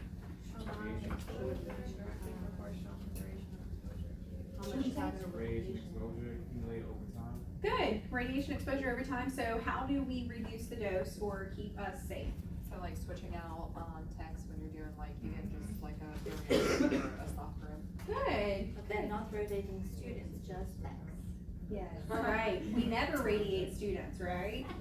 And then decrease the length of time that you're in any single exposure. Good, good. Decreasing the time. So basic methods of protection, using the least time possible. Using the least time possible. And then what about distance? Like radiation from the radiation source can reduce the radiation exposure. Good. Backing away from your radiation source is going to decrease your dose. So we know inverse square law, as we double our distance, we 1/4 our dose. As we half our distance, we times our dose by 4. Factor of 4. Okay, and then what about shielding? So I put on here the greater amount of attenuating material between the radiographer and the radiation source, the greater the dose saving effect. Okay, good. So as we shield, we're protecting the patient and ourselves because we're having less scatter and less area that is exposed for the patient. Good. Good, good, good. Shield when possible, shield anytime you can. For us, if we're holding in a room or if we're participating in a fluoro exam, we want to shield as much as we can. Us. We want to protect ourselves. All right, protective devices, types. What do you guys have for this one? Good. Personal radiation consumer. Good. So shielding types, aprons, gloves, glasses, chicken boards, thyroid shields, rolling shadow shields, they call them, anything that could protect you. Anything that could protect you. All right, attenuation properties for protective devices. What do you guys have for this one? The half value layers. Good. Attenuation properties, we should have half value layer for this one, which is what? What is half value layer? Let's talk about it. Protection case reduced speed by 50%. Good. The amount of filtration required to reduce the beam's intensity by 50%. And then what else do we have under attenuation properties? Anything else? 0.5 millimeters thickness can attenuate approximately 90% more scatter radiation. Oh, say it again, I'm sorry. 0.5 millimeters thickness can attenuate approximately 90% more of the scatter radiation. Oh, that's a good one. That's a good one. I wouldn't know necessarily the 90%, because we're gonna have to memorize a lot of numbers as far as lead thicknesses that Nicole went over. But I would definitely know, that 0.5 is kind of your standard. 0.5 millimeters of lead equivalent is kind of your standard there. All right, let's see where we are. I kind of lost my place here. PB stands for protector barrier. Oh, PB, what does it stand for? Lead. Lead, good. So it's the, symbol for lead. Symbol for lead, good. Using 0.25 for like portable. Yes. Requirement, like for what you would put Eighth on grade. the patient. For us. or yourself. Us. So this personnel protection is for us. This second section right here, the first section is minimizing patient exposure. The second section, the personnel protection, is us. How do we protect ourselves? That was aggressive. So it sounded to me like when I was reading, it's required fluoro or not 0.25, but it's recommended 0.5. But Required or recommended?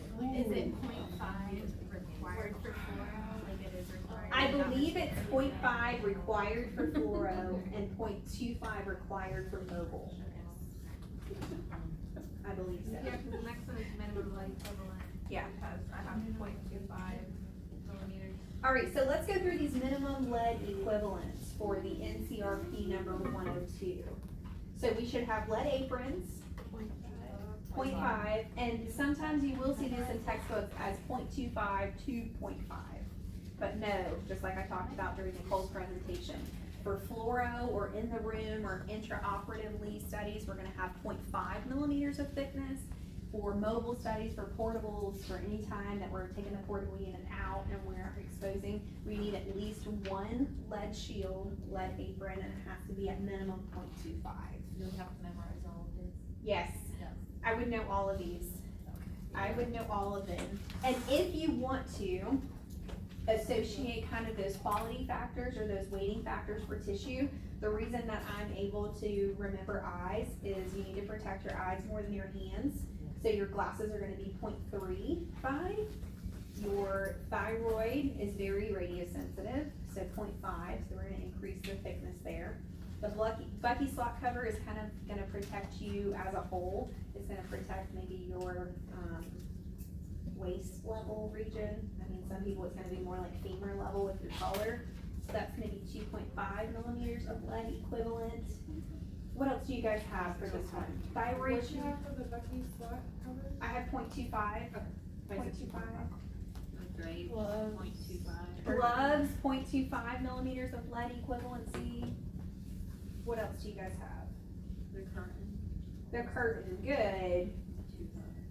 0.25 for the curtain. The curtain is really important. Are you guys using the curtain? Yes, Leslie, if there's any injection. For like esophagrams or upper GI. Good. Sterile, no. Good, right. So if it's sterile, you can't because the drape would get in the way, right? The curtain would get in the way. It would become a non-sterile field pretty quickly. And if you're using any kind of needle localization, placing a needle, you don't want a curtain there. But anytime you can use that curtain, it's gonna be beneficial for you. So use it when you're at that because it's gonna decrease your dose. It's a shield directly for you. Sorry, what'd you say the curtain was? The curtain is 0.25. Same for gloves.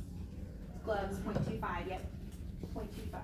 And then anything else? I also have that lead aprons cover approximately 75 to 80% of a person's active bone marrow. Just a fun fact, I don't think it goes in this section. Thanks for sharing your fun facts. That's a good one, but I wouldn't memorize it. Don't memorize the number, because you don't wanna have to memorize an extra number. Is there anything in your books that say anything about how much the lead protects women versus men? No? Okay. Is that a fun fact or you need to know that too? Yes, it has to do with the reproductive health. It's not a fun fact, it used to be on the registry, I think. So I just wanna make sure that I'm not missing anything here. Female versus men. Maybe men do. If it's not covered in in this radiation protection section, we're not gonna go over it. Okay. All right, anything else for minimum lead equivalencies? We feel good about those? Memorize the numbers, make flashcards, you want to know these, okay? You wanna know these, for sure. Special considerations, so we have mobile units, and then we have fluoroscopy. So mobile units, what do we have to protect ourselves? One lead shield, right? And then the cord so you can be 6 feet away. Very good, 6 feet, right? The cord, and you have to have at least one lead apron measuring at least 0.25 millimeters of lead equivalency. Good. Okay, fluoro. Nicole already went over this. Do you guys want to go over this? No. Protective drapes, protective bucky slot cover. We know that, right? What about the cumulative timer of fluoro? 5 minutes. 5 minutes. 5 minutes, good. It's gonna run all together. Even if you stop exposing for a moment, if you come back in 30 minutes, it's gonna be a cumulative timer, so it's gonna add your whole time up. It's not gonna be individual studies as long as you leave the patient information up there. What about the remote controlled fluoro? Good. What do we have for that one? Remote controlled fluoro. We're talking about the pedal, right? I saw that you can control it, with a joystick in the control room. Yes, exactly. So if you're outside of the room, which if you wanna compare this to a clinical site, I'm thinking Baptist Downtown GE Lab, where you're outside of the room. So it's basically like a remote control panel. So think about how you have to step out of the room to make the exposure. How you actually have to make the exposure if you're taking a chest x-ray or a hand x-ray. The same type of unit, but a fluoro room. So there can sometimes be a joystick, you can have all of these buttons here to move the fluoro tower without actually being in the room. That's what remote control fluoro is. Okay.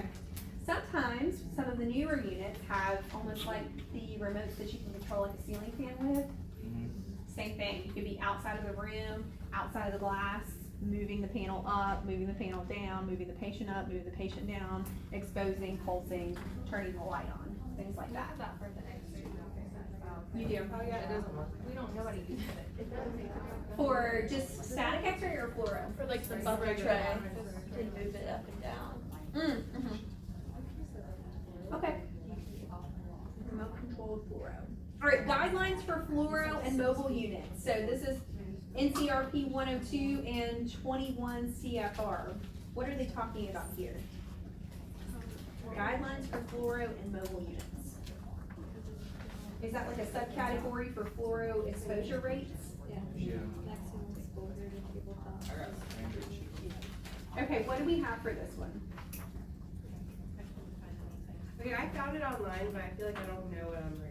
I don't know what we're looking over here, so. So online, when I found it, it said normal is 10 ARRT per minute, 10 Rinkin per minute. and then it said Oh, an non-image. exposure rate. So remember, we don't want it in Rinkin, so we're gonna have to change that, convert that. That sounds awful. No, we just don't wanna remember 10. We just don't wanna remember 10. It's an even number. I know, but we don't want Rinkin. Remember, it's not gonna be on the Okay, registry. so online, it only gave Rink, that's the only one I can find where it was like exactly how it's written. So it said 10 Rinkin per minute, non-image intensified was 5 Rinkin per minute, and high level control was 20 Rinkin per minute, but now I've gotta. Yeah, we need to fix those. Does anybody have those numbers? Anybody have those? It's in here, NCRP NCRP number 102. Yeah, when I was trying to Do you look have up. the new book, Natasha? Yes. What page is it? I have no idea. Did you say it was in here? Yes. Oh, okay. It's in Rinkin though in that. It's in Rinkin in this too. Why? We don't want that. Page is 39. Yeah, 10 Rinkin a minute cannot exceed 2.1 Rinkin. Oh my god. I didn't know the timer. Per minute for each MA operated at Fluoro.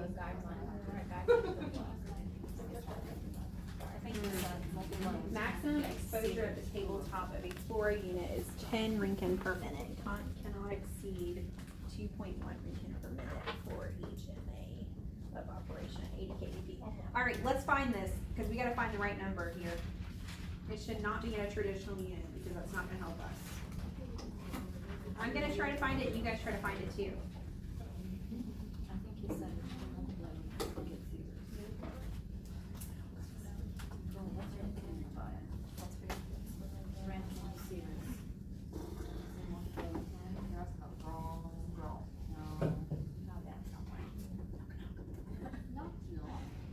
I'm gonna look on the end. Tabletop intensity. You're still talking.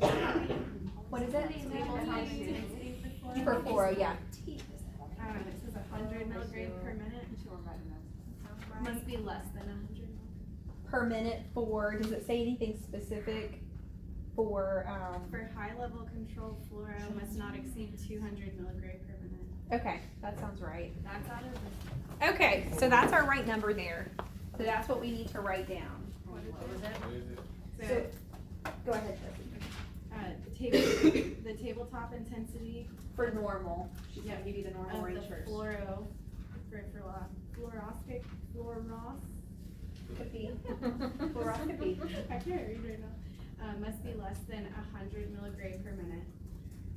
Will that be high level control or general? No, that's the general. And then for the high level control for fluoro must not exceed 200 milligram per minute. Say the number one more time. So for the general one for fluoro, B must be less than 100 milligram per minute. For high level control, fluoro must not exceed 200 milligram per minute. Okay. Wow, why is Katarina not updating their stuff? I'm gonna have to shoot somebody an email. What's the difference between? I mean, the page before this says do not memorize traditional units, and then you turn the page and it gives you a traditional unit. We apologize, we just said, oh, you have this conversion table, just use it. So when it says high level control, is that talking about like magnitude? So high level control is gonna be a difference in KDP. So high level, they consider 80 KDP or higher.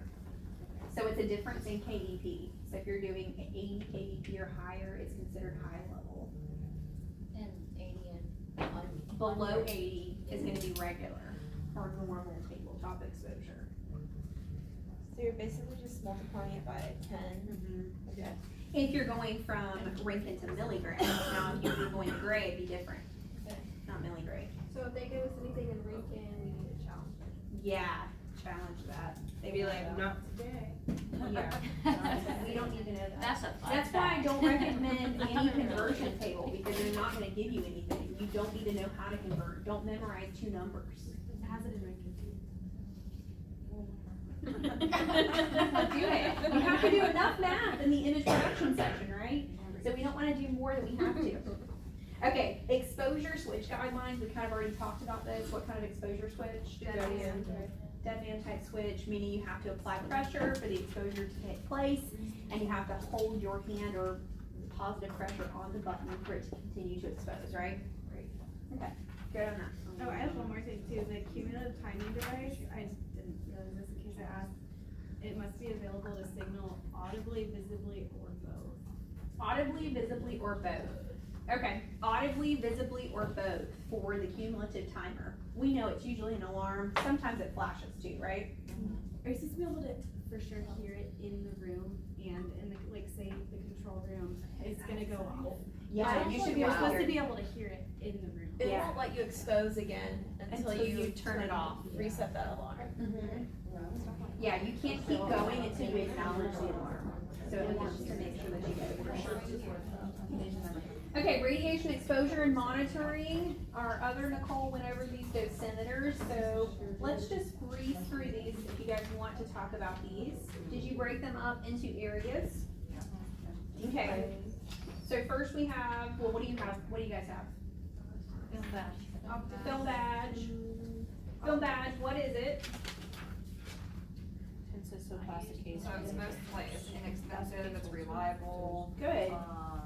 Good for an extended period. Good. You can have a permanent, record for it. Permanent record, I would definitely write that down. Remember, we broke down these dosimeters in Rad Bio. So it produces a permanent record, it's reliable, inexpensive, and it has attenuating filters, tin or copper. I would definitely know the consistency of it. We need to know that Copper and tin, temperature right? and humidity can cause fog. Temperature and humidity can cause fog. So that would be a downfall of it. So yeah, I would probably know that. And it monitors X-ray and gamma rays. Can monitor X or gamma. Yeah. Don't wash it in the washing machine. Okay, and then what about a TLD? Lithium chloride, I would know that for sure. the readings may a lithium fluoride chip to the point of combustion, good for monitoring over an extended period of time, more expensive. Once the chip is heated, it is destroyed, and there's no record of No it. record. Record. So no record of a TLD, so I would know that for sure. I would know that it's made of lithium fluoride, and if you wanna break down the word, thermoluminescence, so heat and light. Heat and light is how it's read, right? Heat and light, thermoluminescence. Okay, pocket dosimeter. Do you know that's commonly used for the ring pageants or no? Yeah, so it's It's like always gonna be a associated. ring. It's always gonna be a ring, a TLD, if you wanna see a picture of it. So that might be a registry question. They might show you a picture of a ring and say, classify this dosimeter. You would need to know that it's a TLD. Good. Pocket dosimeter. Good for short-term monitoring, so it relies on the ability of ionizing radiation to ionize gas with the steel chamber revolving in the change in the charge of electrode discharge. Yeah, so it's a gas chamber and it's relying on a negative and a positive electrode, and that's how it's actually documenting the change. And it says it's prone to inaccurate readings. Yeah. It may be recharged and reused, and no permanent record. No permanent record for this one. Okay, and then the OSLD, that's the one that, who uses that one? We do Yes, we use 3 months. that one. 3 months at a time. Good, up to 3 months at a time, does provide a permanent record. What is the filter used for? The filters. Why do we have filters in this? Different depths of radiation. So how deep is it going? If it's able to penetrate that initial aluminum, they might consider it a shallow dose. If it's able to penetrate the tin, they might consider it a deep dose. If it's able to penetrate the copper, they might consider it an eye or lens dose. So that's why it has the filters. I would know the filters for this one because we use this one. Almost all places, all facilities are gonna use these OSLDs. So I know the filters. Aluminum, tin, and copper. And it's used for determining the energy level, how much it can penetrate. That's how they determine the dose on the actual dosimetry report. All right, feeling good on those? Yep. Okay, so we could have a deep, a shallow, or an eye or a lens exposure on these. You have seen those, at least on the dosimetry report that I provided for you. And then, how do we know, or what is the limit for having to use or wear a dosimeter? The limit. Like 10% of the annual. 10% of the occupational annual exposure. If you're receiving 10% of the annual effective exposure, you have to wear a dosimeter. So it says the equivalent limit is 5 Rem. rem. 5 rem, and that is gonna be what's on your dosimetry report, but we should go through and find it in millisieverts, which is gonna be 50 millisieverts? 50 millisieverts, which we'll go through those dosages in just a second on the next tab there, occupational exposure. So that means if you were receiving, if it's 50 millisieverts for the occupational dose, if you received 10 millisieverts, would you have to wear a dosimeter? Say it again. Okay, if the limit, the occupational annual dose limit is 50 millisieverts, if you were receiving 10 millisieverts annually, would you be required to wear a dosimeter? Yes. Yes, 10%. 10%. If you're gonna receive at least 10% or could receive 10%, you have to wear a dosimeter. That's radiation protection. All right, feel good about those? Okay, and then, do we have the survey instruments on this? No. I don't see them on here. She went over them. If you wanna read over them again, you can. You guys know we have the Geiger-Muller, which is also known as a proportional counter, and then the cutie pie, because of its small size. Also known as the gas ionization chamber. So I'll let you guys look over those if you want to. They don't have a section on here for field survey instruments, so I don't know that it's going to be on your registry. Okay, they do have dosimeters though. Okay, winding up here, NCRP recommendations for personnel monitoring, so NCRP number 116. So occupational exposure, public exposure, embryo fetal exposure, and dose equivalent limits. So what do we have for occupational exposure? We just went over this one. 50 millisieverts. 50 millisieverts to the whole body. And we should break these down even more, right? What about the lens of the eye? 150. 150 millisieverts. 150 millisieverts, and then I have another one for all other areas. That one's 500. 500 millisieverts, so that would be red bone marrow, breast, lungs, gonads, skin, extremities. I would definitely know these numbers, guys. I would know these numbers. 500 millisieverts. All of them, right, 50, 150. Yep, I would know all of them for occupational exposure, for sure. And then the cumulative effective limit, I don't think that this one is going to be on your registry because it's not actually on the test specification. It's on the Kettering guide. How you measure it or calculate it, it's 10 millisieverts times your age in years. That's for your cumulative effective limit. I wouldn't memorize that. I wouldn't memorize that one. It's not on your actual test specifications there. Okay, public exposure, what do we have for that one? 5 millisieverts. 5 millisieverts for an effective dose, an effective annual dose, and then for everything else, 50 millisieverts, so that's for lens of the eye, skin, and extremities. Okay, embryo or fetus exposure. 5 5 millisieverts. For the entire gestational period. Good. 5 millisieverts for the entire gestational period. That's per month though, right? No. 0.5. That's for the whole pregnancy. 0.5 millisieverts per month. So that's why we do a monthly reading. So if you guys ever see anybody with a baby badge, we do a monthly reading on that one because the NCRP sets a monthly dose limit. How quick is the turnaround like for that? You turn it in? So I turn it in and I'll usually get a reading back within like 3 days. Oh, okay. It's overnighted, yeah. So if somebody were to receive more than this, if they received 0.6 per month or 0.7, all they would do is have them stay home for a month to come to the dose. So you would have to stay home for an additional month to get a reading of 0, and then you could return back to work. I've never seen anybody go over this though for gestational. And anything else we wanna talk about with gestational?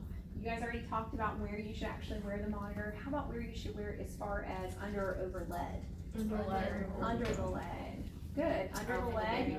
Under the leg for a fetal monitor for a more accurate reading of what you would actually be receiving. Under the lead. For ours, we read them over the lead, right? For ours, we read them over the lead. For baby monitors, we put them under lead for a more accurate determination, especially because the limit is very low. Very, very low. I thought, I think she was an anesthesiologist, but she put a lead monitor, and then she put her actual lead, and then her monitor. Is that how you would? Okay, I'm confused. Say it again. Lead. For a baby monitor. Baby. Okay, For the baby one, she put the skirt, okay, like a little mini one, okay, over her belly, put the monitor over okay. the So skirt. she was double and then leaded. she put her lead over that, and then put her monitor like here.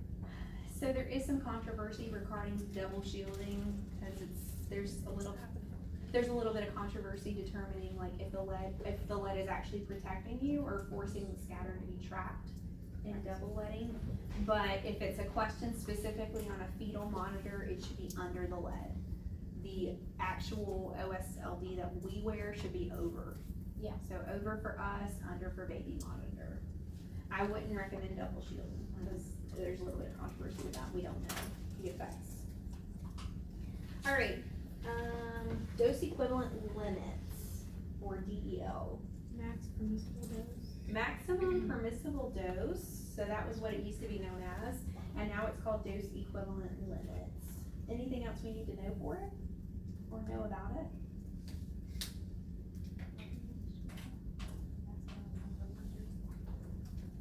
You said it was the maximum equivalent dose? Maximum permissible dose is what it used to be known as, so MPD, it's now known as DEL, dose equivalent limits. So those dose equivalent limits were what we just talked about, alright? So those are dosage limits. All of those numbers that we just talked about. So I don't really see anything else here that we need to talk about. Does anybody else have any information for this? The records should be transferred to a new place of work. Oh, good, good, good, good. So transferring your records or maintenance of records, that's really the next section here, number 5, evaluation and maintenance of personnel dosimetry records. So a lot of you, when you get a job, you will send me an email and say, hey, Professor Osteen, my boss needs my dosimetry report from school. And then I will log on the Landauer website and email you guys your report so that you're able to print it out or email it to your boss. So your dosimetry report will follow you. If you get a name change, your boss or your radiation safety officer will notify Landauer of the change. You won't get a new number in their system, it will travel within the same package. So you have an occupational lifetime dose, that's how it's tracked. So we never want to get a new number or not notify a previous employer or a future employer of another dose that you might have received. So some of them don't track your student history, some of them do. I know Memorial does, so if you get hired at Memorial, you're gonna be emailing me and asking me for your student dosimetry report. It is required that you have a dosimetry report and that you have availability to do that as a occupational worker. So you have the ability to say at any point in time, of course with reasonable time limit, you can't say, I want my dosimetry report today, but you should be able to approach your radiation safety officer and say, I would like a copy of my dosimetry report, and it should be made available to you. That is the law per the NCRP. You have the ability to do it, okay? Anything else for dosimetry records? I think we're good. And then handling and disposal of radioactive material. So I just have wear appropriate PPEs and, glasses and disposable materials according to protocol of your. Good. So if you are handling any radioactive material, you probably want to have gloves on to protect yourself. If you're handling a radiopharmaceutical or things like that, you might want to have lead on to protect yourself. And disposal of, you're going to dispose of it according to the hospital protocol, right? If it's radioactive, we're not going to flush it down the toilet or throw it in a regular trash can. There's going to be a protocol for it, right? We don't want radioactive green beans next year, so. To protect it. So Becquerel, sometimes they call it Becquerel, so it depends, but that is the unit for radioactivity, Becquerel or Becquerel. Yep. All right, feeling good on the safety section? Tired? Some studying? Yes. Did you guys learn those dosage limits in physics too? Did you ever look at those? Okay, hopefully you did. Hopefully you did. All right, so I will see you guys maybe next Wednesday. I don't know if I'll actually see you physically, but I'll probably come over there and check on you guys. Good luck on studying. Try to study in chunks of information. Solidify your safety section, okay? So do you have that extra credit due for no questions? Right, your 50 lane questions are due on Wednesday. Is it any 50? Any 50 from the safety section. Okay. 50 from safety section only. Make sure you turn those in, turn them on time, no late work is accepted. And then if you choose to do the extra credit, that's also due on Wednesday morning. Okay? Any tips for the test? No tips. I'll probably give you one free question.